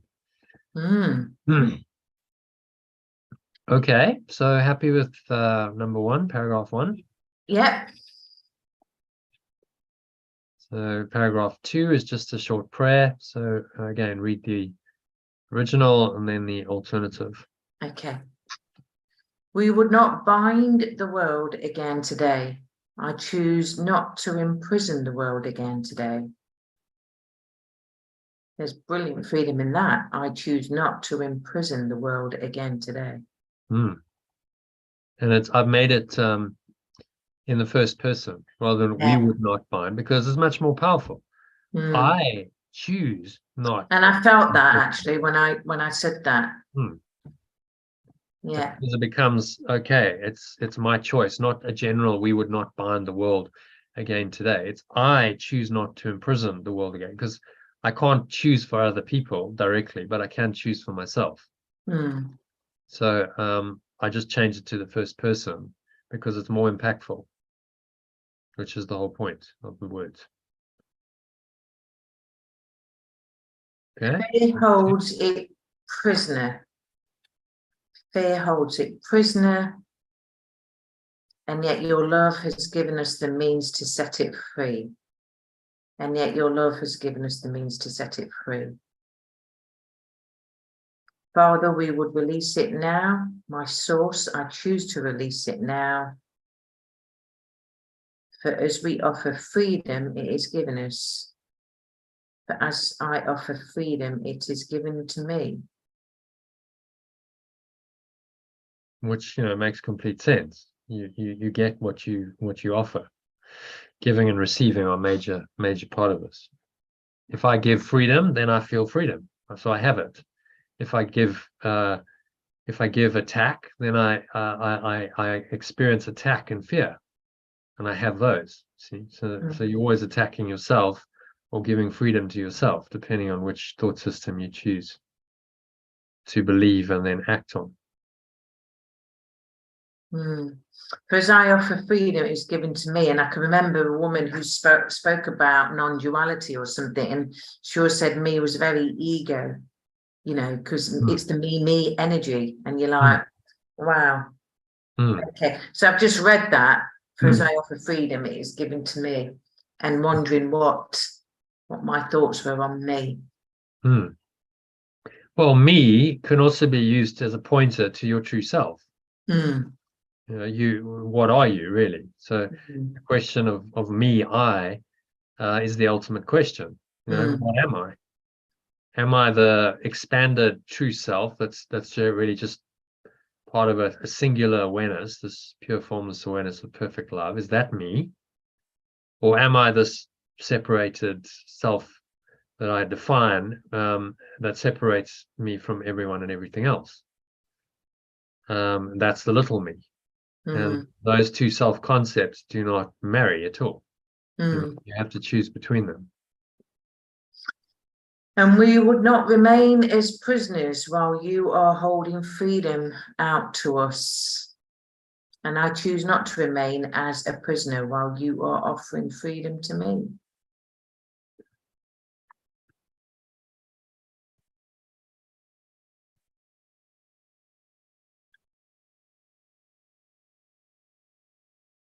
To remain a prisoner would be better. You just want to make it sound good. And I choose not to remain a prisoner while you are offering freedom to me. Well, yes. I mean, imagine you're in jail and someone says, hey, come, got the keys. Here we go. All you've got to do is put the key in the lock, because it only opens from inside. Put the key in the lock, open the door, and come out and follow me. And you're free. I'll lead you out to prison. Oh, no.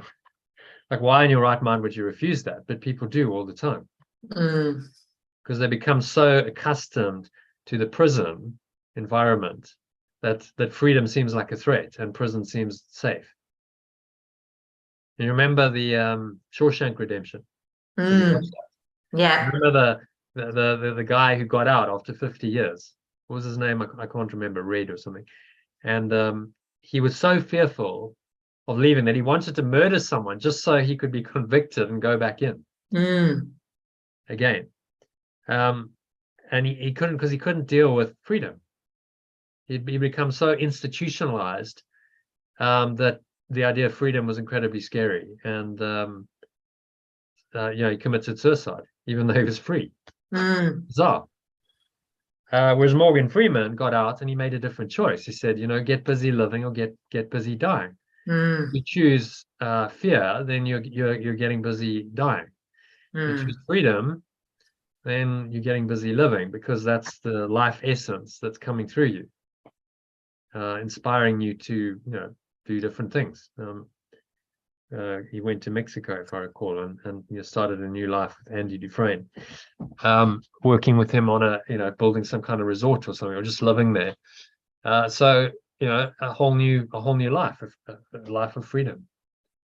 But we have to free ourselves. No one can do that for you.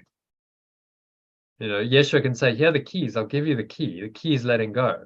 But you have to use that key to open the lock. And that's an inside job. No one else can do that for you.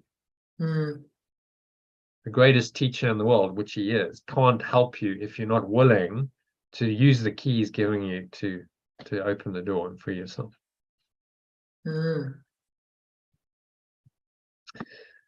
Okay, so any thoughts on that lesson? Any questions, comments? No. Okay, so I'm nearly 25 too. Shall we just dive into meditation? I don't think we're going to have time to do the That's okay. What is the ego? But we've got another 8 goes at it, because it's repeated for the next 8 days. So yeah, join us in a live session soon, and we'll get to it hopefully tomorrow. Yeah, I've just got to nip. Oops. I'm here, but I'm just got to nip up the stairs a minute. Yeah, okay, no problem. I'll take a couple of minutes and then we'll start. Let me just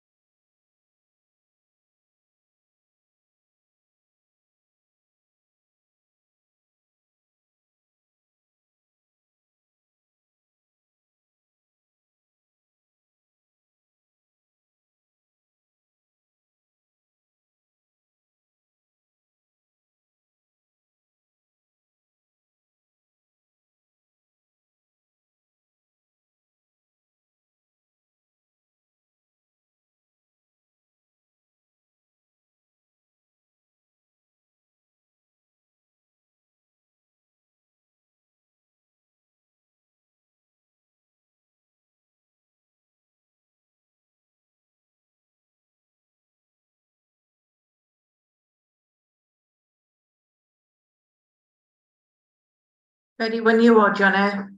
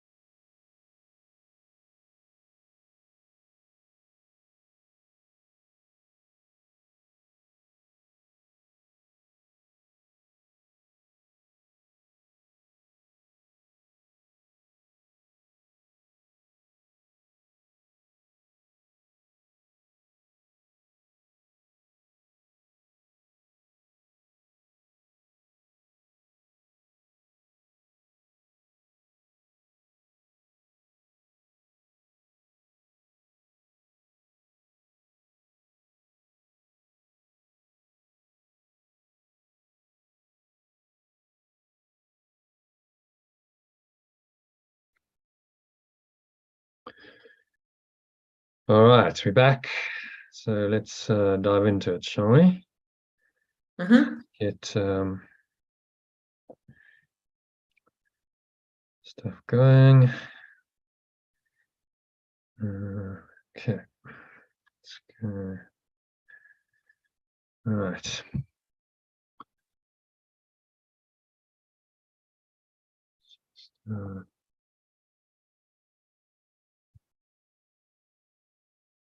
Okay, so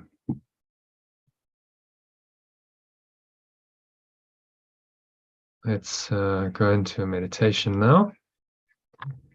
So just to start off with this meditation, make yourself comfortable, sitting your feet shoulder width apart. To be sitting on a chair, back straight, cup your hands in your lap, close your eyes, and start off by taking a nice deep breath in through the nose. So breathing in, noticing how the stomach rises and the chest rises, and subtle flow of air in through the nostrils.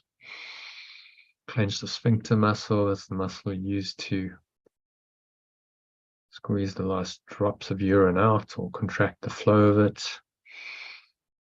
That locks the energy in, helps you to draw the energy up the spine. Feel this warm wave of energy rising up the spine into your heart center.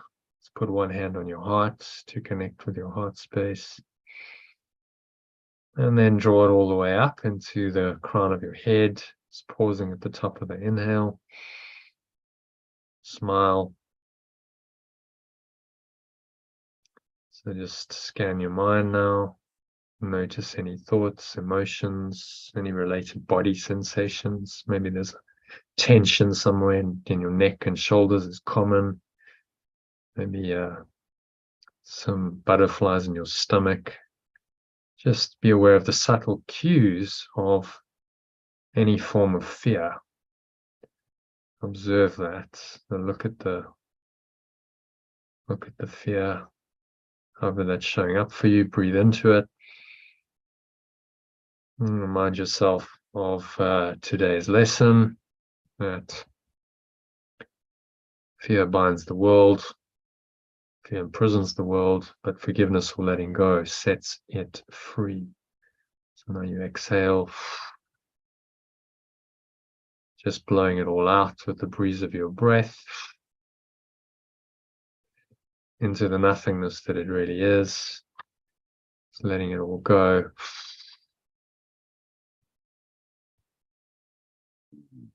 Blowing it all away. Pull the lower stomach into the spine. Expel the last remaining air out. And you just rest here in this deep peace and stillness.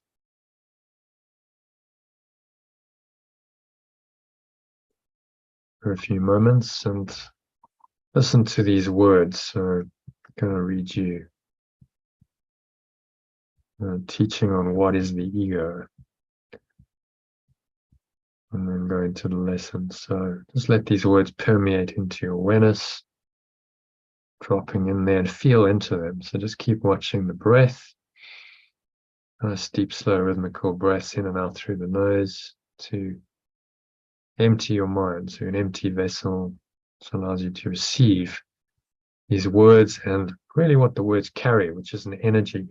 So becoming tuned to the energetic frequency underlying the words. So you feel into the words is another way of saying that.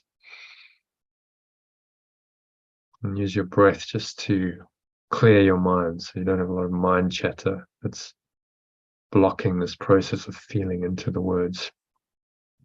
I'll remind you to do that every so often. So what is the ego? Let's hear what Yeshua has to say in response to this question. So he starts off by saying the ego is idolatry. The ego is just the belief in separation, and idolatry is false. So the ego or belief in separation is false, a sign of limited and separated self, born in a body, doomed to suffer and to end its life in death. It is the, quote, will that sees the will of God, or pure formless awareness of perfect love, as enemy and takes a form in which it is denied.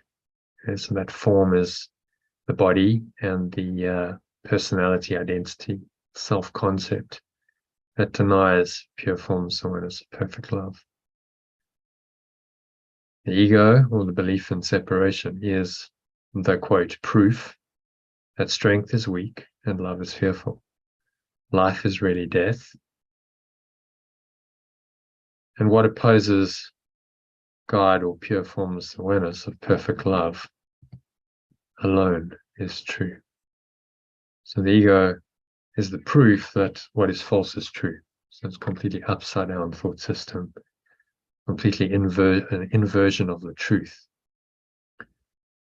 That's shown quite clearly in the word evil, which is just live, spelled backwards, totally backwards, upside down thought system, which Yeshua says is insane. The ego is insane. The belief in separation is insane. Makes no sense whatsoever, in other words. And fear, it stands beyond the everywhere. Everywhere is with a capital E. So that's pointed to infinity. Apart from all again with the capitals, it's another pointer to infinity and eternity. In separation from the infinite, also with a capital. So everywhere, all and infinite are pointers to the same fundamental reality.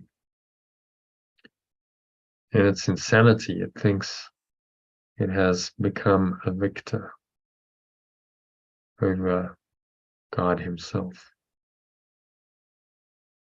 Insanity, it thinks it's become a victor over pure formless awareness of perfect love itself. So the very essence, the fundamental awareness that we are, the ego thinks it somehow triumphed over that, become a victor over your own true awareness, which is insane. How can you win over your true awareness with an imaginary awareness that's false?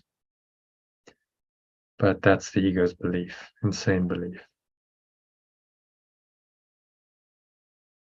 And then it's terrible autonomy. Autonomy is independence. It, quote, sees the will of God has been destroyed, or the pure formless awareness of perfect love has been destroyed. It dreams of punishment and trembles at the figures in its dreams. Its enemies who seek to murder it, before it can ensure its safety by attacking them. So notice any thoughts of attack, either you attacking others or others attacking you. It's the same thing, and that is how the ego perpetuates itself, perpetuates a thought system of punishment and fear and attack. Anger and hatred populate its dreams, all coming from the sense of being a separate self. and guilty for it, deserving of punishment. And then with that feeling, which is horrible, we don't want to feel that feeling, so we project it out to someone or something else, which then creates more problems in our life with those relationships.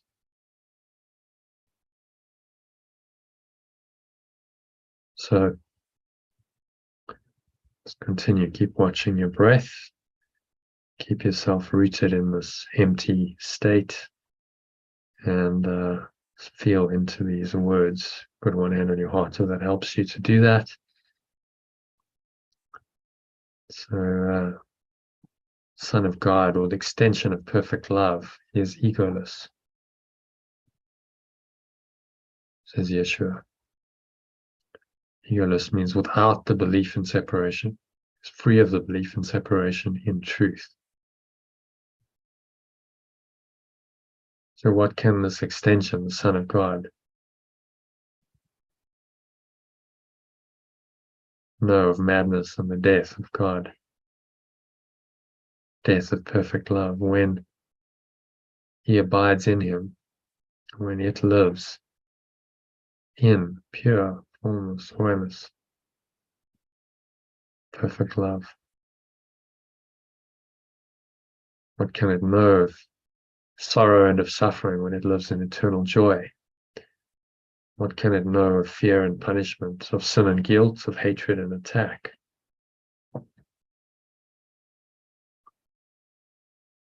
When all there is surrounding it is everlasting peace.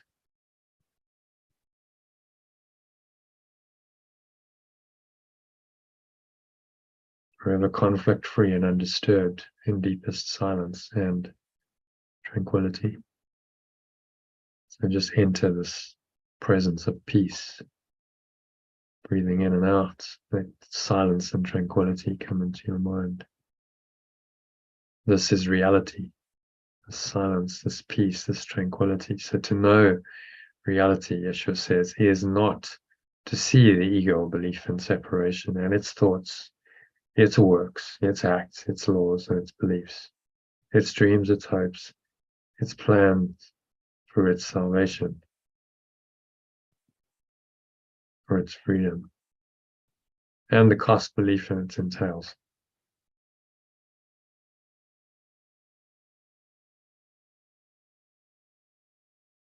And suffering, price for faith in it is so immense. Crucifixion of the Son of God, extension of perfect love, is offered daily at its darkened shrine. And blood must flow before the altar or the foundation. Foundation where its sickly followers prepare to die.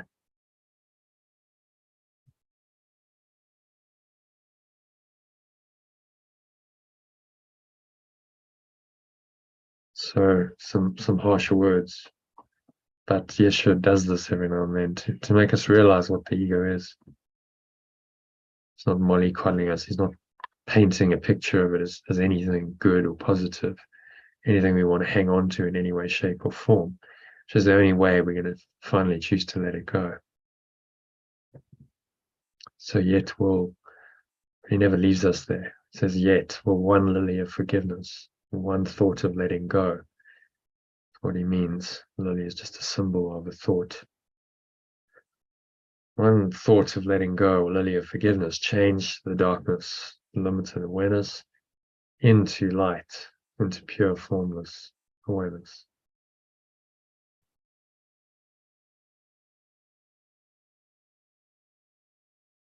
Foundation of illusions, the altered two illusions, foundation of illusions in our translated version, to the shrine of life itself, pointing us to the very life essence that we are. And then peace will be restored forever to the holy minds, to the holy aware minds.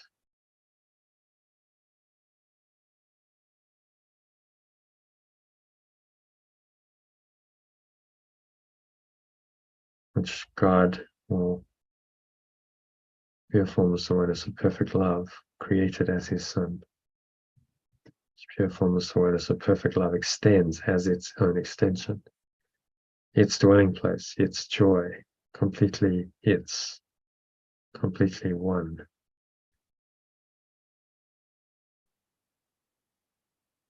With itself. So merge into this oneness. Nothing else to go, nothing else to do, just be at one with your true self. Scan your mind again, breathe in and notice any false thoughts, emotions going on, which we can call fear.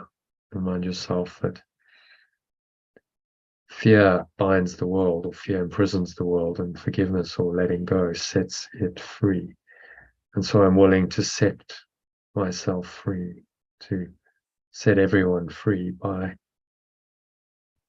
letting go of the fear, all of it, any scrap fear, any negativity whatsoever.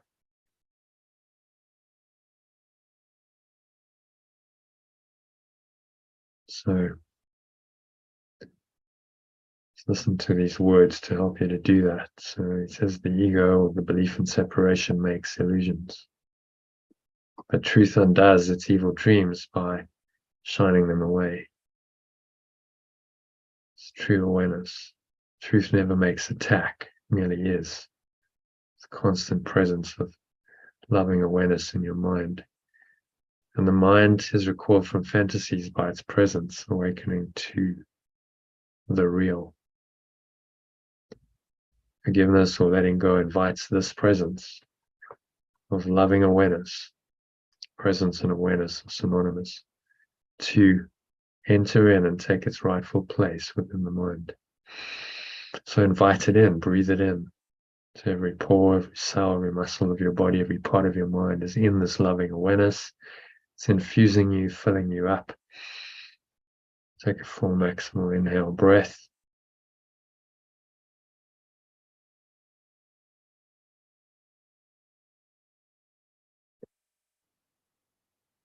And then go and invite this presence in, so experience this presence.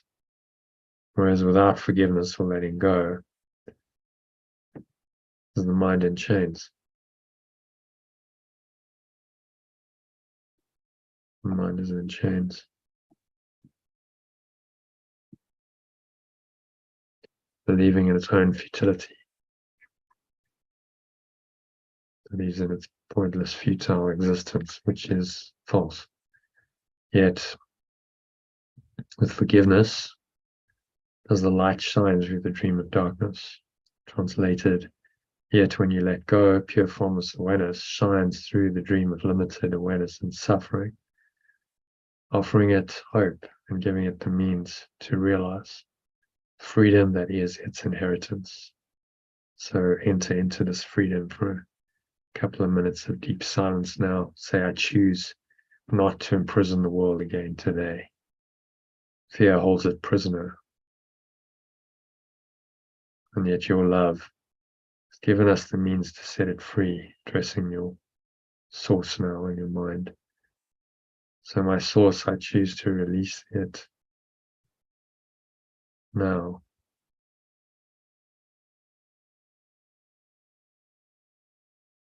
For as I offer freedom, it is given to me.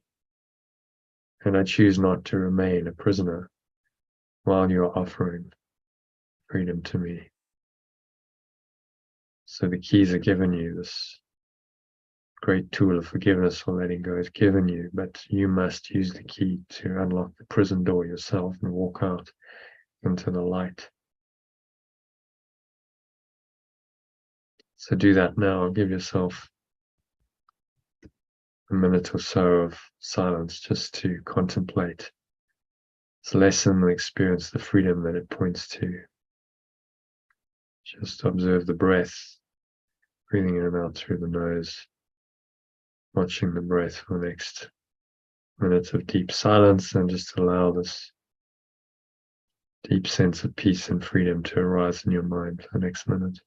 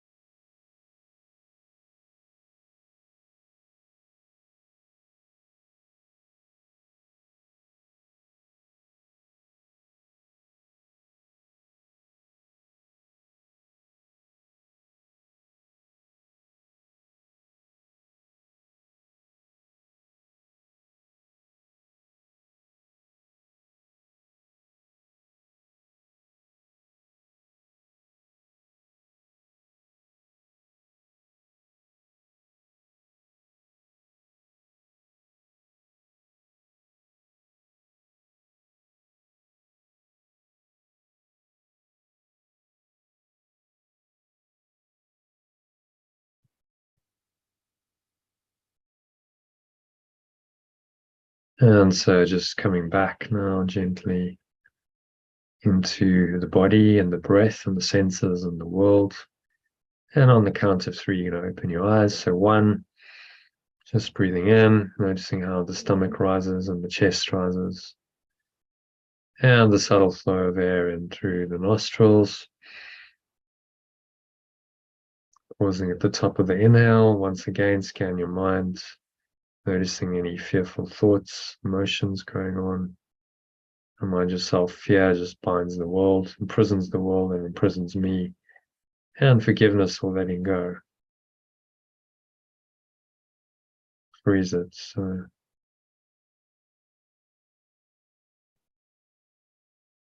just be willing to let all of this go with the help of your breath. Exhale, blow it all out, letting it all go with the breeze of your breath. Imagine it's like a dark cloud leaving you. It's going, gone. Notice how the air flows out, chest and the stomach, suck back in, pull the lower stomach in to your groin, and count of 2, just rest here in stillness for a moment. Notice the weight of your body, pressing down into the chair, your feet touching the ground, noticing what you're feeling, your hands touching.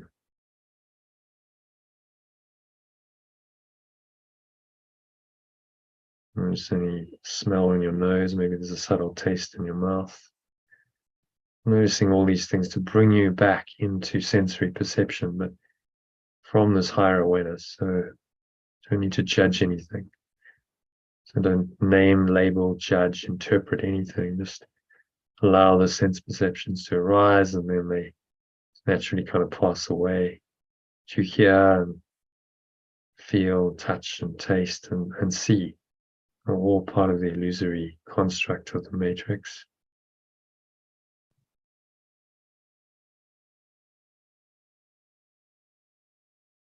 So now on the count of 3, you're going to open your eyes. So just open your eyes, take a minute to look around, just observing the various objects in the room around you in this clear, calm, present way. Notice that the awareness, this fearless, loving presence, loving awareness in you, you hopefully connect with quite deeply over the last 22 minutes of the meditation, is still there. Just your eyes are open now and your sense perceptions are happening, but that awareness is still very much there. So anchor that awareness in, set the intention to stay there for the rest of the afternoon and the evening by practicing this frequently. So just listen to the breath break recording or using the short instructions I've given you in your Telegram or email message to practice this frequently, and just keep reconnecting, keep topping yourself up with presence, letting go of fear. And that should keep you in a very fearless, present, peaceful, loving state, which we call flow, which is what I wish for you. So thanks for joining Susie and earlier Sally. Thanks for joining the session, and hopefully see you again soon. Namaste.